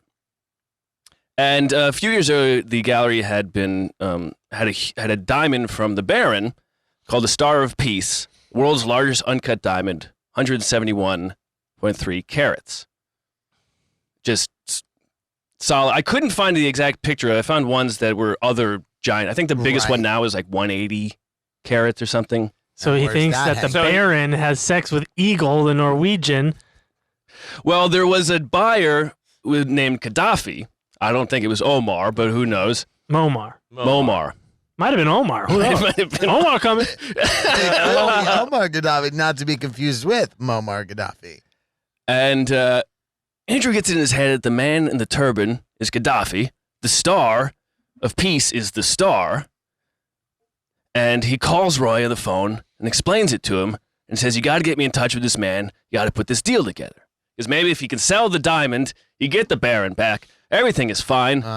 And he calls Roy in the middle of the night. and a few people that is... Now, I should say, Roy's apartment is in the building of his law firm. Yes. It's like, Roy has like floors like 3, 5, and 6. Yeah. And so anybody who Andrew had a problem with, there's another guy, Ronnie Caron, who had left the gallery too, who had been like his longest employee. He met him when he was buying the place. And he owed Ronnie millions of dollars because Ronnie had been facilitating art deals, bringing it to the gallery, and never got any of the commission he was owed. And when Ronnie left, Andrew called him up to Cohen's place and was like, hey, I know you're having money troubles. You could buy Roy's place and sell it. That would be a really good deal for you.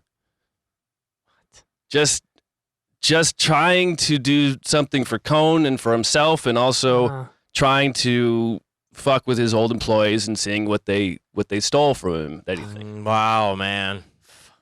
But Crispo calls Cohen and goes through this Nostradamus thing, and Cohen can't help him, and Crispo starts just screaming into the phone, and Cohen goes, that's it, we're done. Shit. And his birthday came up like a month later, and Crispo wasn't invited. Whoa. No subpoena. Yeah. Damn. And so, halfway through 84, Crispo has lost his money. He's lost his protection. And now we bring in Egil Vesti. Eagle. Eagle? Eagle. Eagle. Could be That's Eagle. like It could be Eagle. It's Eagle. Or Eagle. No, Is it Eagle? it's Eagle. Oh, you know it, huh? Yeah. Okay. EGIL, Norwegian guy. Eigil. Eagle. You heard it here first. Well, you folks. spelled it EGIL before, and I've seen guys named. But it still sounds like it's probably Eagle. It could be. It could be Eagle. Eagle. Eagle. Eagle. Oh, Mr. Eagle. we'll have to have a Norwegian friend be a guest on. Yeah. I don't Just know. write We to have us. have Hey. Norwegian listeners. Tell You guys us. tell us, please. Boy. Do you? Yes. Yeah, dude. Not anymore. Worldwide. Not anymore since we. Cool. Yeah. Wait, Yeah. since what? He, Nothing. Moving on. Shut up. Since when? Since when? Since forever. Doubting us. I don't doubt you beautiful boys for a second. here's a picture of the young student. Oh, which one's which? He's on the right. Nice. They're both Yeah. pretty boys. Yeah. And Very pretty boys. wow. And Also, that is 100% Roy Cohn's type too. Yeah. the Whoa. Norwegian or the European chin and all that. High cheekbones. Blonde, yeah. Very, very good looking man. Yes, Yeah. without question. Yeah, he was modeled and was into fashion and seemed to have a lot of ambition until the last till he was nearing the end of school and maybe around the time he was hanging out with Andrew Crispo. Who's to say? But in early 1985, Egil goes to a party. Eagle. He goes to a party, and the party ends, and he wants to keep partying, and he finds his way to, which I believe is the mine shaft or hellfire, one of those. One of those fucking dramatically named places.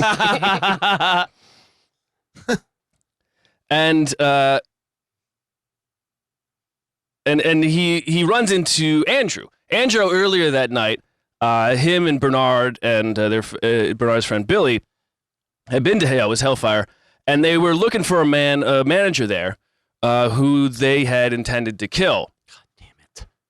Who was he got into some sort of spat with some other guy, and they were like, okay, well, we should take care of him, and for this.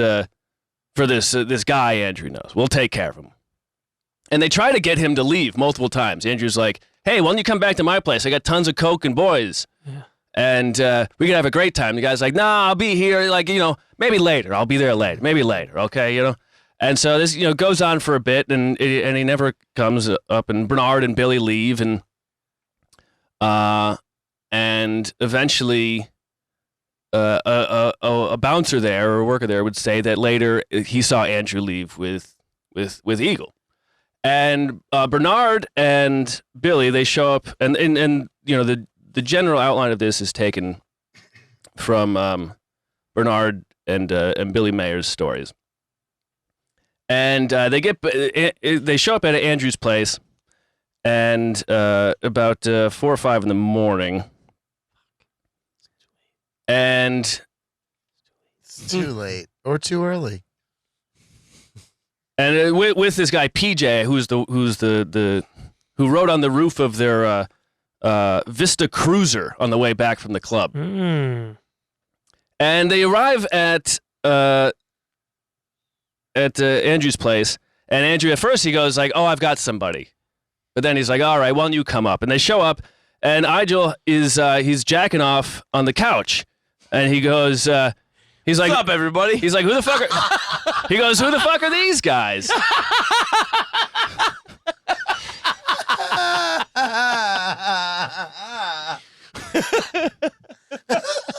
And Andrew says he thinks you're all gay guys. Oh. And he says you're gonna let him get away with that. So then Eagles, he props himself up, and so they start whipping him, and it's all pretty normal. They're all beating on Yeah. Eagle. Yeah, And this PJ guy too? yeah. PJ, Billy, and Bernard and Andrew are all beating on Eagle. Andrew's just watching. Probably. But they're just whipping him right now, They're and whipping. it all seems generally Par for the consensual. course. And then Andrew says, "Hey Bernard, he's a friend of Sam Collins." Bernard starts fucking going, hulks out. Yes. And Billy goes, "Okay, fuck this, I'm out." That's his secret, Crispo. Uh-huh. Everyone's Sam Collins. And, Oh my god.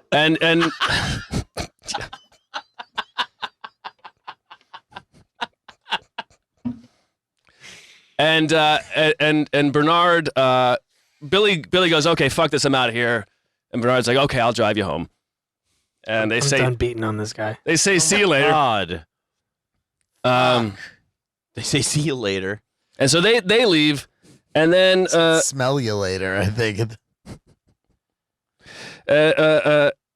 Bernard would later say he told Eagle that he should leave, but Billy doesn't corroborate that part of the story.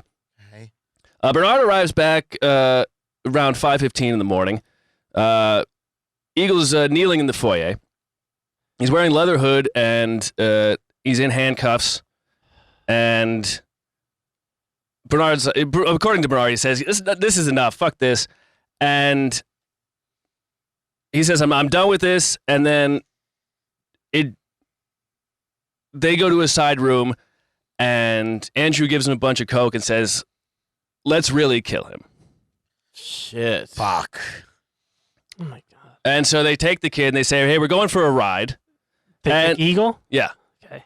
And they say, we're driving up. And Bernard's family has this cabin in, where was it? It is in, was it Buckburg? It's in Stony Point, I believe. In the Long Island-ish area. No, it's, Stony Brook? let's see, where was it? Stony. Well, anyway, so they drive him up to this cabin in the woods, and this guy, this kid had been hanging out with Andrew for over a year at this point, and he seemed to be enjoying the spectacle of it, and he hadn't been out to that part of New York yet, Mm-hmm.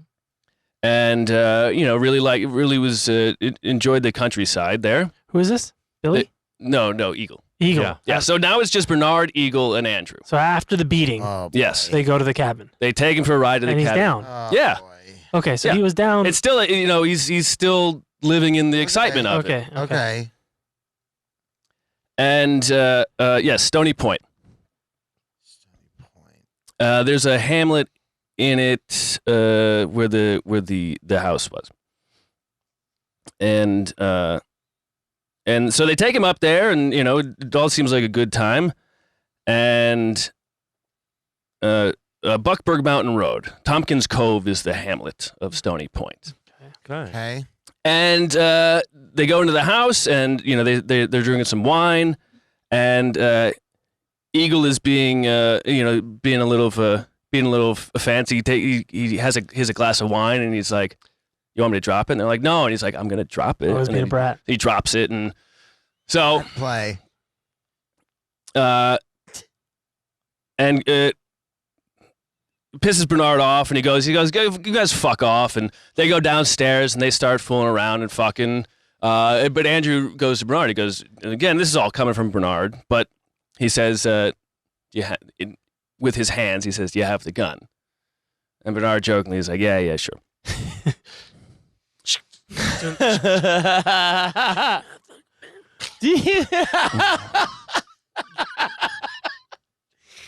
Aaron is doing charades of do you have everything?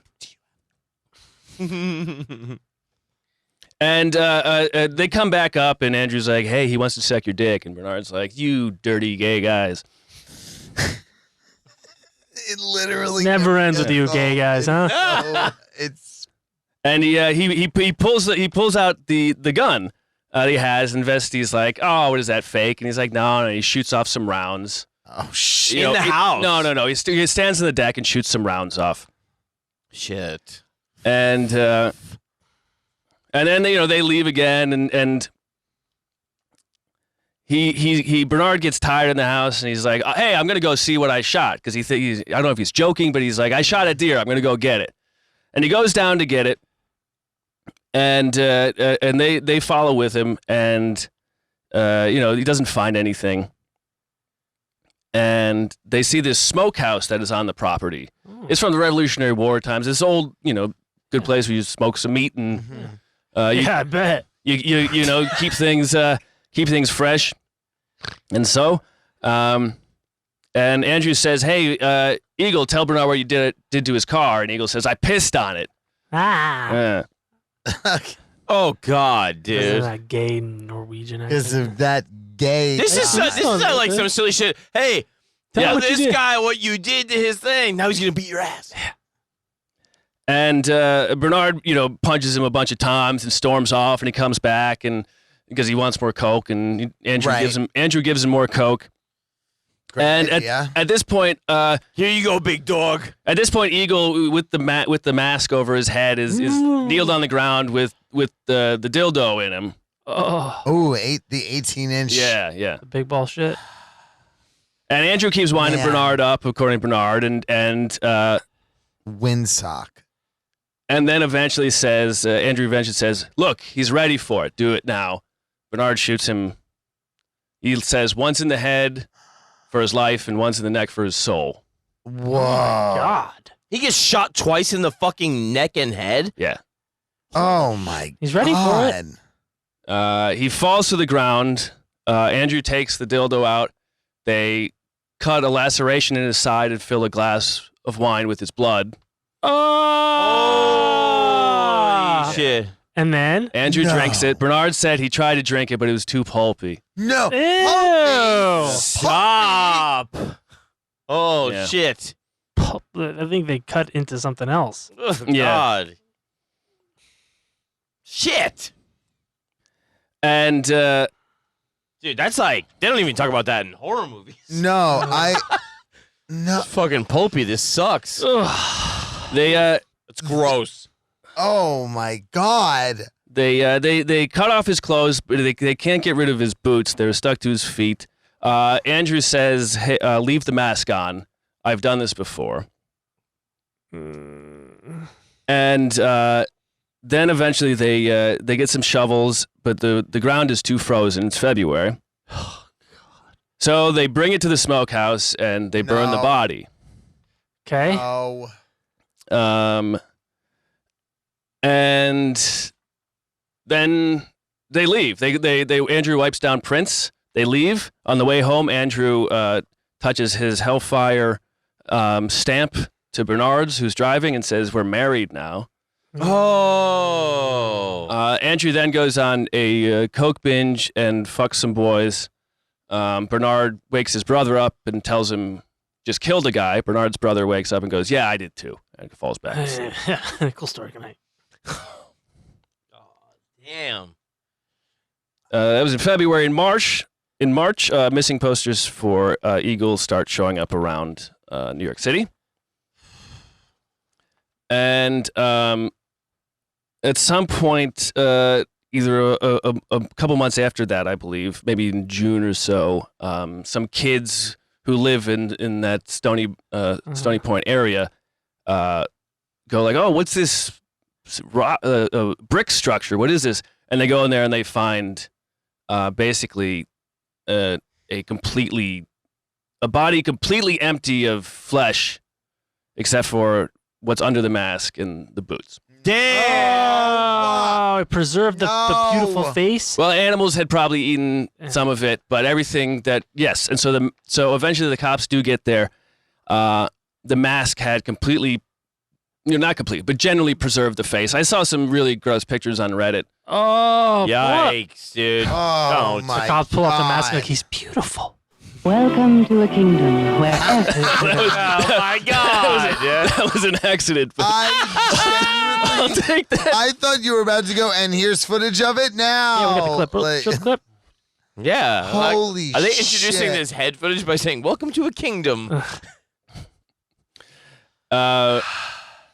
And so the cops show up at they find this body in the backyard and with the head, and it's all like pretty confusing, but they drive up to that spot and they're parked out near the Legero's house, and by some coincidence Bernard's father shows up and they tell him what happened. He's like, "Oh my God, You guys can use the house as your command center. Whatever you need, it's yours. Has no idea, Right. of course. Doesn't even know when Bernard was there last. Bernard hasn't been, staying in touch. Mm-hmm. Now, eventually, the cops, they start interviewing people of the house, and just out of curiosity, they eventually track down Bernard. And he says he hasn't been to the house in like 2 or 3 weeks. This is June, July-ish. And the murder happened in February. Yeah. And the cops I don't know if they're entirely sure when the murder happened yet. But Bernard tells him he hasn't been there in 2 or 3 weeks. Then he tells a long-winded story how, he had been there at some point in February. He's fucking his mistress, and a car pulled in the driveway. And then at some point it left. Oh God! So he's just confessing. And the cops, the cops say, they're like, I don't know, that's just kind of a weird story. Yeah, duh. Yeah. And I haven't been there. Okay. I was up there plowing some pussy. I don't know. Maybe I saw a car go back and forth a couple times with a gay guy. I don't know. I was Couple of balls gay deep. I was guys. neck deep in pussy. You know what I'm talking about, fellas? Back to blue.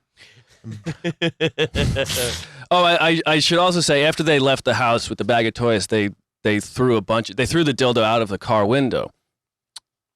Somebody picked that up. Oh my God. And so Bernard, after the interview, he goes and tells Crispo about the cops. Crispo brushes it off, and later that afternoon, he has Bernard write down everything he said, and then Crispo invites him into the office to do a bunch of cocaine off of a newspaper picture of an article announcing the discovery. Oh no! What A messy We're married bitch now. that Yeah. lives for drama. dude? Yeah. That's Remember when I drank Major Guy's blood? And it was that pulpy? is some Ryan Murphy cartoon character Crazy shit. That is a cartoon gay guy. Like, that's Nazi propaganda of a gay guy. Like, That's so scary though. Yeah. No. Holy Just like the shit, complete lack of bro. remorse. And like Or even literally doubling rubbing down. his face Yeah. in Yeah. the Yeah. compromat Yeah. that he has. Yes. Yeah. oh my God. So they hide the gun in the Crispo gallery in like in an air duct. Mm. And eventually the cops, they start running down the case with the help of John Legeros, who basically is like, he's kind of confused about Bernard too. He never like really gives him up, but he keeps being like, well, Bernard, you're totally innocent, so just keep talking to the cops. That's his brother? John is the dad, I'm sorry. Oh, David's the brother. Yeah, okay. And even in the day they arrest Bernard, they interview the family again, and David even jokingly says, like, hey, Bernard, I told him you fucking did it. Just because none of them have any, Right. and Reason to think that he would actually have done it. Yeah. So crazy. but they interview Bernard, I think, over the course of almost an entire day, and eventually, he gets closer and closer and closer. He says, oh, Billy did it. Billy Mayer did it. He told me all about it. And eventually they keep interviewing him, and he eventually does admit that he shot, killed, and then burned Egil Dagvesti. Oh, fuck.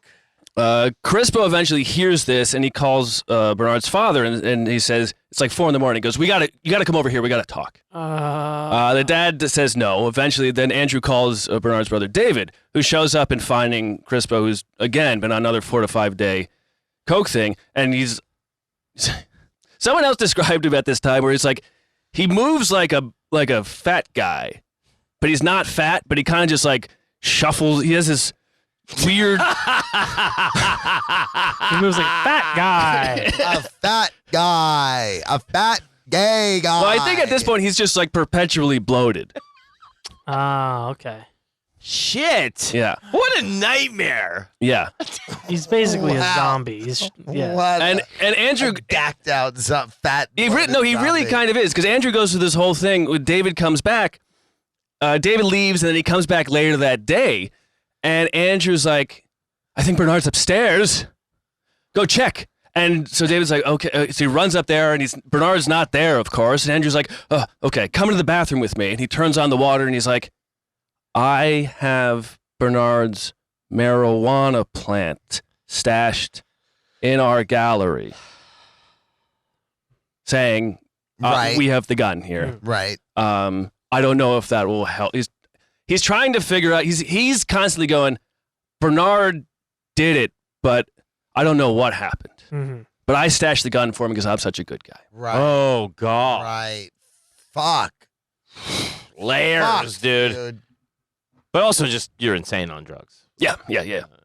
After that moment that day, Crispo then throws a giant party. Debbie Harry attended. Cool. Oh. Yeah, Blondie was there. That sounds fun. Call me. Yeah. The cops would eventually track the dildo down. I bet you they did. So when they threw it out of the car, 18-inch dildo with these big old balls, it got stuck in a storm drain. Of course it did. Just sticking. We all float down here, buddy. Yeah. And passing, I don't. It was I believe it was like some sort of. I want to say it was like DPW or some company. Like a guy was driving by early in the morning The fuck is and sees this thing sticking out of a storm drain. somebody's stuck? Oh, jeez, are you fucking kidding me? This early in the goddamn morning. Yeah. Must be. Ugh, there's a fucking rubber cock in the drain. I gotta go fish out like I'm some sort of gay guy. No, so the guys, he was excited. He was like, "This is hilarious," and he can't get it out right away, so he has to grab it by the big old balls to pull it out. Whoops. Oh, it's sticking balls out. That's So fine. everything, the balls got it. It's got stuck because it couldn't fit after So the now ball. Went balls deep in the it's storm just drain. It's just in a different kind of sewer right now. Yeah. God. Well, so he brings it to work. And they decorate it and stick it on top of like a filing Oh cabinet. yeah. Oh, yeah, No, yeah, that's it's what a you do. celebrated thing to be found. Yeah. Let's be real. Can you believe this thing I found? I found it. I found it. I was not looking for it. I brought it to work. I showed the guys. We decorated it like a Hanukkah bush. We're having fun. That was pretty much what it was. Yeah. We're having fun. We made it into an ofrenda for a. So that means eventually real cops are gonna have to come in and be like, you know, your little Christmas tree here was part of a murder. It was in some gay guys. Yeah. Yeah, they drew a face. Someone added a necktie. It's a Didn't give it a Mr. name. Potato Head. Yeah. Oh God. Oh my A God. little tie. Yeah. Looking like Dilbert. Like, Yeah. Police found it on top of the boss's filing cabinet. So everybody really. It really was the Christmas tree. It was. It was a what a company what, mascot. Good God. The cops also then eventually found the rifle. Thanks to David, the brother. Okay. And they went into the gallery with a warrant and got it and brought it back out. It matched what they had. It matched the bullets used, and they start interviewing people. The word comes out about the case, and the NYPD then starts getting a bunch of calls. People going, "Yeah, I know Andrew Crispo. I had a fucking awful S&M experience with him." Oh, wow. Shit. And one reporter even called and said they were at a dinner with Crispo, and Crispo, when they heard the reporter, was like, "Oh, I know clubs where you can fuck dead bodies. If you're a lifestyle reporter, you got to go to those places." Fuck, dude. Wow. Just bold. That guy, Wow. Paul Jeffries, when he hears about this, he goes, "Okay," and he finally feels safe enough to come forward and talk about the night of the sexual assault and rape at the hand of Bernard and Crispo. Crispo and Bernard were both indicted for that, but the prosecutor, this guy named Kenneth Gribbets, he kept slow rolling this case, saying it wasn't spicy enough to charge Crispo for this unless it was a murder. But he makes a big showing of Bernard's case. Mm-hmm. And at the Bernard Legero's trial, the S&M and homosexuality became the big stories.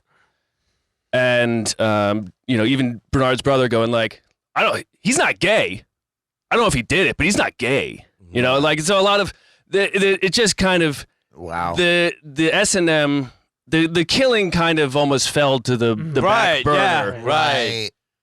And also Bernard's dad insisted that they use the family attorney, this man who had just had a stroke. He was like 80 years old. Oh my god. Holy Fucking Mitch shit. McConnell is your Yes, yeah. Anyone's so toast in here. And Kenneth Gribbets, he gets up and this is how he describes the world that Crispo had brought Bernard into. It is a species of mankind that we, you, decent people, would not believe possible. To have victims who are professional people to visit Andrew Crispo and willingly and happily become his slave. They would put on an apron. They would act the maid. They would scrub the floors. They would lick the boots of Andrew Crispo. They would do things that I, if I could, blush in relating to you. Think of a man in a good position acting out his part, licking the boots of a master, that'd be Andrew Crispo. Think of that man washing the bathroom and cleaning various items left by the practice of S&M. We can't understand it. We who are normal people and act so can't understand what thrills people like that receive because of their unholy acts. When we think of areas where these clubs exist, right here in New York, or parts of Greenwich Village, we have a Sodom and Gomorrah. So the case from the defense point of view is that Bernard was in this wacky situation, and he was manipulated by Crispo. And the prosecution is basically like, well, he killed the guy, and we don't have anything that can prove Crispo did it. It's the murderer's word against Crispo, and how do you prove he was manipulated by him in this time? Let's see. And what happens is the defense attorney never calls to the stand Billy Mayer, who had been with the guys earlier that night. He never calls Hal Burrows, a friend of Crispo's, and Billy Mayer and Hal Burrows could both say that mask belonged to Andrew Crispo. He was involved in this. Jesus. Those were his toys. Because this is the 81-year-old stroke victim lawyer who is not practicing at the top of his game. Yes. And it's really later Bernard would sue for like misrepresentation, and that would be thrown out. And the jury, it doesn't take them long. I think the case took like 3 weeks, and Bernard's found guilty. He's given 25 to life.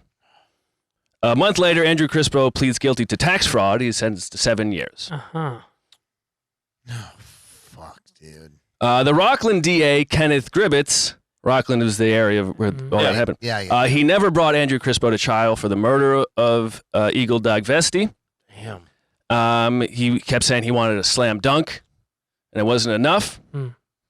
It was later revealed by his mistress later in the 90s that Kenneth Gribbets was in the Hellfire S&M scene at the same time as Crispo. They ran the same circles. He had a secret sexual life. Gribbets is the DA. Yeah. Yeah. He had a secret sexual life. Oh my God. In which he had enough toys to fill a bag like Crispo's. He liked to dress as women and verbally abuse his mistress and then have sex in front of her. And he left a lot of answering machine messages of him just yelling at her. No way. Whoa. Fuck, man. Shit. Jesus Christ. So yeah, there's just on top of all of that, finding that there was later as an added addition to to the book. That's Great. like that's part of the game. Like when you're in those places, is that like the connections that you make. Like, Yeah. God damn. Yeah. Yeah. It's a trip. Yeah. The Paul Jeffries case was also then came to court a couple years later after Bernard was sentenced. And here I guess I should show you here, let me show you Bernard. And again, these will all be Great. Love to know what this man looks like. Oh, it looks like This is him fucking being Joey arrested? Lawrence. Whoa, he Whoa. could've done. Whoa. Yeah. I don't even know. this is a Vanity Fair Oh. No shit. Wow. article. And, We'll they, look and they're Gerald's like, talk. can we get your shirt off for this pic? Yeah. He did do some modeling pics at some If you point. take your shirt off, we'll show you some guy that knows Sam Collins.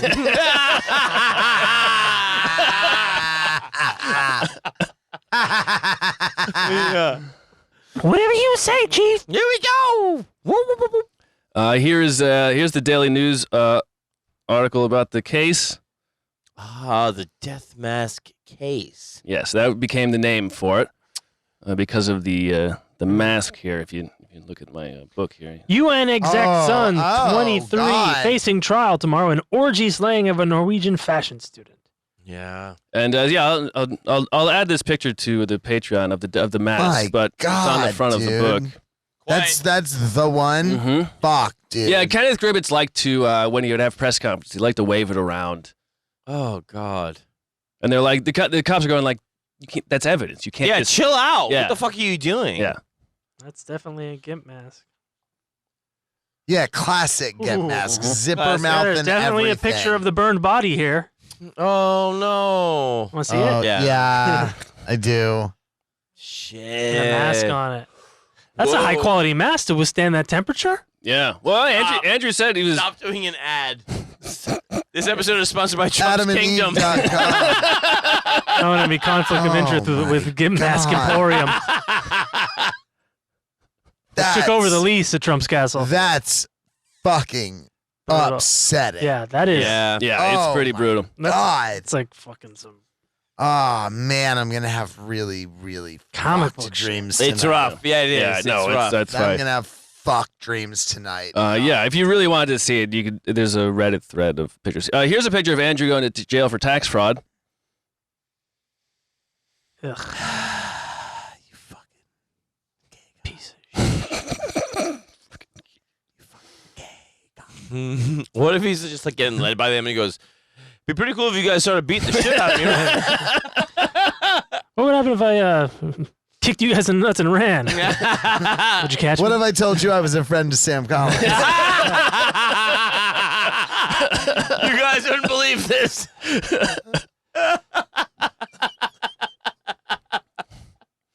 Jesus.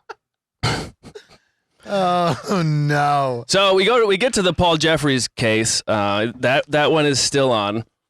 Bernard was had to testify. First, he was beaten multiple times in prison by guards. At one point, he was even, for some reason, in a holding cell with Andrew Crispo, who told him that he better keep quiet or he'll basically keep getting beaten. Oh my God, dude. The poll is still insane. Mhm. Like, so, like, are you kind of thinking, like I am, like, how much money does this guy still have in the bank? Or what does he have on who? Yeah, or how many of the yeah. guards were at some of his party? Like who? Yes, Right, yes. right, I should right. add that Bernard, in his confession, also starts going through stuff, and he lists a whole like these cops are friends with Andrew. These cops, this guy is a dentist. He's there. Like all of these guys who work in law enforcement who are also friends with Andrew. Right. Right. Whoa. And Andrew has his whole place bugged too. Yeah. Yeah. Fuck. Yeah, he has everything on everybody. Yeah. Yeah. It's Fuck. like, it's like a gay guy kingpin. Yeah. It's pretty great. I mean, it's not great, but it's very, very, very like, holy shit. Yeah. It's very holy shit. Yeah. It's very that, John. So then at the trial, it's Bernard and Andrew are on trial, and during the trial, Andrew's attorney basically just like starts really, I guess it's good attorney work, but she really goes after Paul Jeffries on the stand and be like, why didn't you tell him after it happened? Why didn't you tell the cops a month later? Why didn't? And Paul gets, pretty upset and starts yelling back at her. And at some point in the trial, there's an uproar because one of the jurors starts winking and smiling at Andrew Crispo.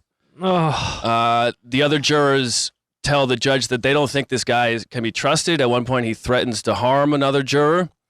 Whoa. But the judge basically says, like, well, you got to figure it out.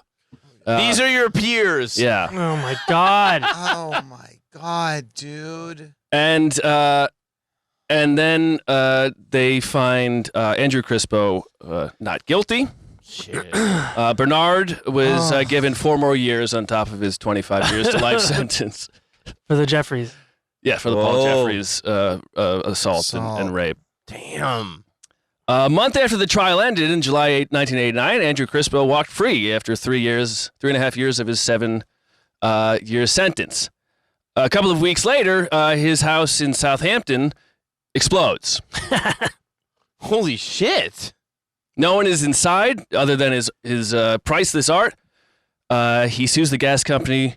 Originally for $2 million is the valuation. He gets a new lawyer. The next valuation is $10 million. Holy shit. Wow. Oh my God. France in his book says that a prison guard said that Andrew talked too much and may have run afoul of the mob. Who's to say?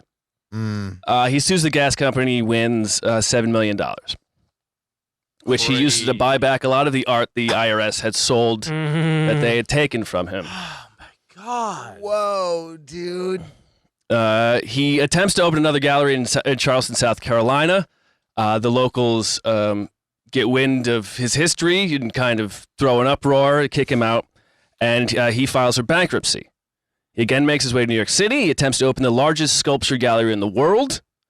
In May 1999, he's arrested again, this time for threatening to kidnap the 4-year-old daughter of a lawyer in his bankruptcy case, saying he had pictures of the kid at a playground. Oh my God. And the lawyer even saying later that they remember seeing, who knows, maybe it's true, someone hanging around. Oh, no. It's that same thing with the employees that were like, I think somebody was following me, yeah. And that was Bernard. This one, who knows? But still, yes. Like it's the same fucking tactics. He is sentenced to 7 years in prison. He serves 5. He is out again in 2005. He gets an apartment. He buys a co-op apartment and 2 ground floor spaces in a residential tower in Fort Greene, Brooklyn. Wants to open another gallery. By 2017, he's facing bankruptcy again. Whoa. Takes out some loans, sells some artwork, defaults on those loans, refuses to leave the apartment he lives in. Squatters' rights, dude. Yeah. Starts putting up roadblocks every time he's about to be forced out to delay eviction. He was also still using drugs and throwing sex parties in the apartment. This is from his New York Times obit. At least one occasion he was seen naked and defecating in the hallway. That's a party. On at least one. At least one occasion. At least one. Like we can't be certain about the other times. It might have just been doing somebody's yoga. I like that we both went to very different places. The realty company finally got an eviction notice on March 17th, 2020. Oh my gosh. 2020? And wait, right in COVID. Just before Andrew Cuomo imposed an eviction moratorium, and by the time the moratorium was lifted, no fucking way. His health had declined, and he had hypertension, heart disease, and depression, among other ailments. Yeah. And he used this to delay the eviction further until eventually he died while still appealing the eviction and never had to leave. In what year? What year? Are you kidding me? You didn't have this readily available to tell now. me? February 8th, 2024. Now.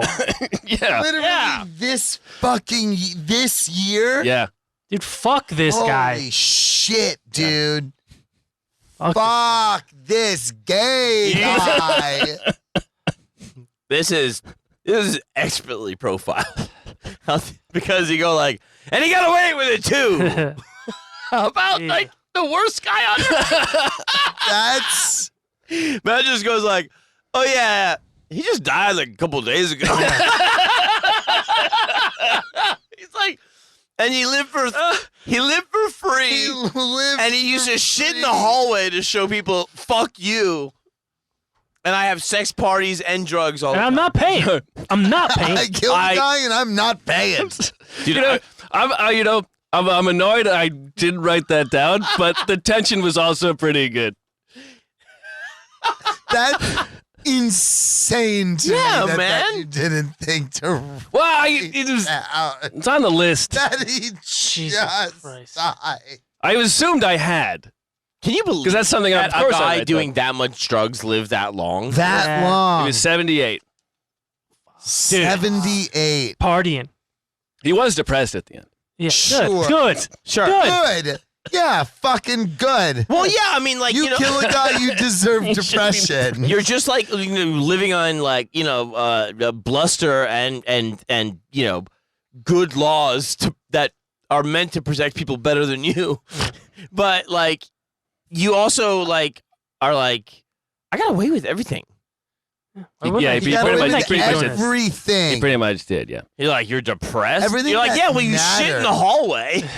Everything that mattered. real Like you went bummer. to prison for no time for fucking tax fraud. Tax fraud and then threatening A kidnap. 4-year-old. Yeah. Even it's like, but also he has this whole history. You're gonna he didn't learn his lesson. You're gonna let him out again. This- For, what, good behavior in prison? This is my kind of roundup on what I think happened here. Is what I think happened here was it was a guy that was extremely influenced by the opinions of Roy Cohn and this thing of like not only do you you're like half closeted because you're like I'm gonna play this like shame and not gay game out in a way where I blackmail other people for other things. The whole thing is like obviously a very fucking really fucked up psychological deal. But it's like if you have access, get away with it. Right. Use and then the power fetish is like its own drug. Yeah. That you can't quantify. If you're not that disturbed, but it's like the game of it sounds Yeah, the coke is to come down from the power shit. Yeah. right. Yeah, It's like yeah, a Xanax. Yeah, well, one of the doctors. I need in- something to take the edge off all this fucking power. Ugh. one of the doctors in the original court case, I believe, says something to the effect of like, the more coke you do, the less sexual feeling you have, and so in order to get that back, Mhm, you gotta start doing amp it up. in other ways. right. And so especially for a guy who's on coke Yeah. nonstop, Yeah, regular shit's not gonna do it for him. yeah, He's burning out all his yeah, dopamine receptors. Yeah. yeah, Fuck. crazy. yeah. Bernard Legeros was paroled in 2019. He has a LinkedIn as an analyst. Analyst. Oh my god, It depends on how you pronounce Legeros. Yeah. that's crazy. Yeah. Crazy fucked up gay guy story.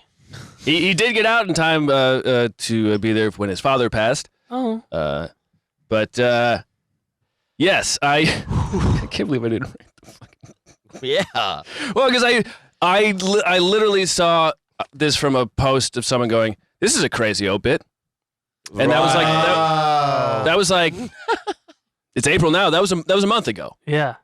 and I read the obit and I said, "That's cool," and then I started reading articles and I said, "There's a lot going on here," Yeah. and so then I read the book and Yeah. there was a lot going on there. Oh man. Whole bag of toys. Quite a yeah. bit. Yeah. Oh my god. And from those humble beginnings, cool, into the art world, doing good things, Yeah. and then Yeah, like a Bad thing. pretty Ooh. like just a pretty cool, what would probably been a pretty interesting person to hang out with way back then. yeah. Yeah. And then just Yeah, cocaine is a hell of a drug, man. but like And also, I think part of the drug there too is the sort of grandeur that can be like associated almost to like a supernatural extent with the inflation of value in Yeah. art. Yes. Yeah. And the way to yes. the way to get millions of dollars out of what you know is nothing. Yeah. yeah. Yeah. And that is its own drug. Yeah. Power trip. Yeah. Matt, incredible profile, Yeah, man. that was Crazy. really Crazy. good, man. yeah. Hey, that went fucking Holy nuts. shit. Yeah. That really escalated quickly. Yeah. Yeah, I there's this very good Several times my mind was really blown, like Yeah. about. In various ways. I didn't know too. people could get that crazy. I'm talking Have about, you like, ever heard this show before? but I mean, imaginatively crazy. I know, yeah, I know what Well, you mean. Yeah, like it was the thing where you go like, oh, so you did that to do that, and then like, oh man, like, wow, that's wild. yeah. Yeah. The writer Gary Indiana has this Wait, about His name is Gary, Indiana? yeah. Fake. Porn name.